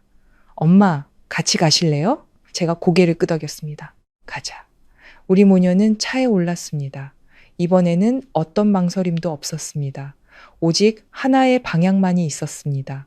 우리는 그의 사무실로 갔습니다. 집이 아니라 일하는 곳이었습니다. 차가운 고층 빌딩이었습니다. 안으로 들어서자 안내 데스크 직원이 우리를 보고 전화를 걸었습니다. 잠시 후 그가 나타났습니다. 언제나처럼 꼿꼿하고 침착했지만 눈빛이 달랐습니다. 왔군. 수진이가 고개를 끄덕였습니다. 네, 결정은 했나. 딸이 그를 똑바로 쳐다보며 가방 하나를 내밀었습니다. 이 안에 있습니다. 그는 바로 열어보지 않고 그저 딸을 쳐다봤습니다. 확실한가? 딸이 고개를 끄덕였습니다. 확실해요. 잠시 침묵이 흐른 후 그가 가방을 받았습니다. 그는 말없이 가방을 열어 확인했습니다. 침묵이 흘렀습니다. 저는 옆에 서서 심장이 세차게 뛰었습니다. 단 한마디면 모든 것이 끝날 것이었습니다. 한참 후에 그는 가방을 닫고 고개를 들어 수진이를 보며 말했습니다. 모든 건 끝났다. 저는 숨을 쉴 수가 없었습니다. 끝났다. 단 두 글자였지만 그것은 12년의 세월이었습니다. 수진이는 가만히 서 있다가 고개를 숙였습니다. 감사했습니다. 그는 대답하지 않고 그저 돌아섰습니다. 그리고 그 순간 저는 제 딸이 스스로 문을 열고 걸어 나왔다는 것을 알았습니다. 더 이상 계약서도 속박도 치러야 할 대가도 없었습니다. 오직 3만이 남아 있었습니다. 하지만 빌딩을 나서며 딸을 보았을 때 저는 문득 모든 것이 끝난 것이 아니라 이제 막 시작되었다는 것을 깨달았습니다. 저는 그날 우리 모녀가 그 빌딩을 걸어 나오던 순간을 아직도 선명하게 기억합니다. 햇살이 따갑지도 날이 흐리지도 않은 그저 평범한 오후였습니다. 하지만 제 마음은 마치 10년 넘게 이어진 폭풍우를 막 지나온 것 같았습니다. 수진이는 건물 계단에 멈춰 서서 바로 걸음을 옮기지 않았습니다. 딸은 고개를 들어 깊게 숨을 들이쉬고는 몇 초간 눈을 감았습니다. 저는 옆에서 아무 말도 하지 않았습니다. 어떤 것들은 오직 자기 자신만이 내려놓을 수 있다는 것을 알았기 때문입니다. 잠시 후 딸이 눈을 뜨고 저를 돌아봤습니다. 엄마, 저 이제 끝났어요. 제가 고개를 끄덕였습니다. 그래, 끝났다. 끝났다는 두 글자는 가벼우면서도 무거웠습니다. 마침내 끝났기에 가벼웠고 그 끝을 위해 너무나도 많은 세월과 보이지 않는 상처를 대가로 치렀기에 무거웠습니다. 우리는 더 이상 그 옛집으로 돌아가지 않았습니다. 돌아갈 이유도 없었죠. 가져와야 할 모든 것은 이미 작은 여행 가방 2개에 담겨 있었습니다. 그 후 며칠 동안 우리 모녀는 작은 월세방에서 잠시 머물렀습니다. 넓지도 예쁘지도 않았지만 깨끗하고 조용한 곳이었습니다. 아주 오랜만에 저는 제 딸이 깊은 잠을 자는 것을 보았습니다. 밤중에 놀라 깨지도 계속해서 휴대폰을 확인하지도 긴장하게 만드는 갑작스러운 전화를 받지도 않았습니다. 그저 푹 잤습니다. 다음 날 아침, 딸은 일찍 일어났습니다. 억지로가 아니라 그러고 싶어서였습니다. 작은 부엌에서 무언가를 분주하게 만들더니 죽 한 그릇을 내밀었습니다. 엄마, 드셔보세요. 저는 자리에 앉아 숟가락을 들었습니다. 특별한 맛은 아니었지만 정말 맛있었습니다. 음식이 아니라 딸이 처음으로 편안한 마음으로 끓여준 음식이었기 때문입니다. 어때요? 딸이 물었습니다. 맛있다. 딸이 웃었습니다. 아주 평범한 웃음이었지만 제게는 더없이 소중했습니다. 일주일 후 우리는 한국으로 돌아왔습니다. 비행은 길었지만 아무도 피곤해하지 않았습니다. 이번에는 도망치는 것이 아니라 돌아가는 길이었기 때문입니다. 우리가 있어야 할 곳으로. 비행기가 착륙했을 때 수진이는 한참 동안 창밖을 바라봤습니다. 엄마, 저 돌아왔어요. 제가 고개를 끄덕였습니다. 그래, 우리 돌아왔다. 마중 나온 사람도 시끄러운 재회도 없었습니다. 그저 우리 모녀가 여행 가방을 끌고 공항을 빠져나왔을 뿐이지만 그것으로 충분했습니다. 처음 며칠은 골목 안 작은 집을 빌려 지냈습니다. 크지는 않았지만 환하고 앞마당도 있어 작은 테이블 몇 개를 놓을 공간도 있었습니다. 수진이는 가게를 열고 싶다고 말하기 시작했습니다. 거창한 계획이 아니라 그저 작은 식당을 여러 간단한 음식을 만들고 이웃들에게 대접하고 싶다고 했습니다. 엄마, 우리 할 수 있을까요? 딸이 물었습니다. 저는 집을 둘러보고 딸을 보았습니다. 할 수 있어. 딸이 웃었습니다. 저도 그렇게 생각해요. 그 후 며칠 동안 우리 모녀는 직접 일을 시작했습니다. 벽에 페인트를 칠하고 청소하고 테이블과 의자를 사서 하나하나 배치했습니다. 누구의 도움도 받지 않고 화려할 필요도 없었습니다.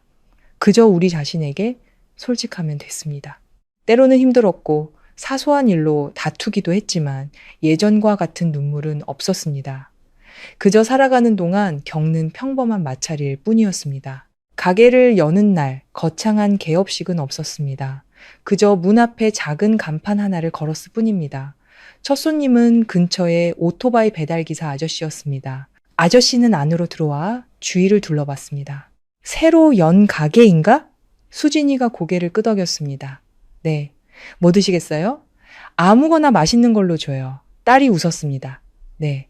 간단한 걸로 차려드릴게요. 잠시 후 음식이 나왔습니다. 아저씨는 천천히 음식을 맛보더니 고개를 끄덕였습니다. 괜찮네. 단 2마디였지만 저는 제 딸의 눈이 빛나는 것을 보았습니다. 가게에는 손님들이 찾아오기 시작했습니다. 바로 붐비지는 않았지만 꾸준히 한 사람 2사람씩 들어갔습니다. 한 번 왔던 사람이 다시 찾아오고 친구를 데려오기도 했습니다. 가게는 화려해서가 아니라 정성이 담겨 있어서 조금씩 입소문이 나기 시작했습니다. 수진이는 요리를 하고 저는 딸을 도왔습니다. 우리 모녀는 바빴지만 행복했습니다. 어느 날 오후 손님들이 모두 떠난 후 저는 쉬면서 딸이 테이블을 닦는 모습을 바라봤습니다. 햇살이 비치는 딸의 얼굴은 편안해 보였습니다. 더 이상 긴장하거나 피곤한 기색은 없었습니다. 그저 자신의 삶을 사는 한 명의 여인이었습니다. 문득 이런 생각이 들었습니다. 만약 그날 딸이 용기를 내지 못했다면 지금쯤 여전히 그 집에서 계약서에 얽매인 채 진짜 삶이 아닌 연기를 하며 웃고 있었을지도 모른다고. 저는 가볍게 한숨을 쉬었습니다. 후회가 아니라 감사함이었습니다. 딸이 선택할 용기를 내주어서 감사했습니다. 어느 날 저녁 우리 모녀가 밥을 먹고 있는데 수진이가 문득 말했습니다. 엄마, 만약 그때로 돌아가도 저는 똑같이 했을 거예요. 제가 딸을 보았습니다. 뭘? 떠나는 거요. 제가 고개를 끄덕였습니다. 엄마도 그렇게 생각해. 딸이 웃었습니다. 대가를 치러야 했더라도요. 딸은 침묵하다가 말했습니다. 이제는 후회하지 않아요. 제가 딸을 보았습니다. 너는 후회하지 않을 자격이 있어. 어떤 것들은 너무 오래 쥐고 있으면 놓는 것이 잃는 게 아니라 해방이니까. 저는 강태준이라는 사람이 지금 어떻게 살고 있는지 모릅니다. 알고 싶지도 않습니다. 그 일은 더 이상 우리와 상관없는 일이니까요. 그가 만든 세상이 더 이상 한 사람을 붙잡아 둘 수 없게 되었다는 것만 알면 충분합니다. 그리고 수진이는 누구를 이긴 것은 아니지만 자기 자신을 이겨냈습니다. 그리고 때로는 그것이야말로 가장 위대한 승리입니다. 우리 모녀의 삶은 갑자기 부유해지지는 않았지만 먹고 살고 웃기에 충분했습니다. 손님이 많은 날도 적은 날도 있었지만 딸이 억지로 버텨야 하는 날은 단 하루도 없었습니다. 어느 날 아침 제가 마당을 쓸고 있는데 한 단골 손님이 말했습니다. 따님이 참 착하고 야무져요. 제가 웃었습니다. 네, 야무지죠. 하지만 마음속으로는 알고 있었습니다. 제 딸의 가장 큰 장점은 요리 솜씨가 아니라 더 이상 자신에게 속하지 않는 곳에서 걸어 나올 줄 아는 용기라는 것을요. 이 이야기는 강한 여자에 대한 이야기가 아닙니다. 한때 약했고 받아들였고 견뎠지만 마침내 변화를 선택한 한 여자에 대한 이야기입니다. 누구나 할 수 있는 일은 아니겠지만 만약 해낸다면 인생은 달라질 것입니다. 더 쉬워지는 것이 아니라 더 진실해지는 것이죠. 이 모든 일 후에 한마디를 남길 수 있다면 아마 이럴 겁니다. 그 누구도 당신이 더 이상 살고 싶지 않은 삶 속에 당신을 가둬둘 권리는 없습니다. 그 대가가 아무리 크더라도 자유는 그만한 가치가 있습니다. 그리고 당신이 용기를 내어 걸어 나왔을 때 당신은 자신이 생각했던 것만큼 약하지 않다는 것을 깨닫게 될 겁니다. 단지 그전에는 한 번도 시도해보지 않았을 뿐입니다. 오늘 황혼의 이야기 채널에서 저희 이야기를 들어주신 모든 분께 감사드립니다. 이 이야기가 여러분에게 작은 생각에 씨앗을 남겼다면 주저하지 마시고 댓글로 여러분의 감상을 공유해 주세요. 그리고 이런 이야기들이 여러분의 저녁에 작은 온기를 더해준다면 채널을 구독하시고 더 많은 의미 있는 이야기들을 함께 들어주시면 감사하겠습니다.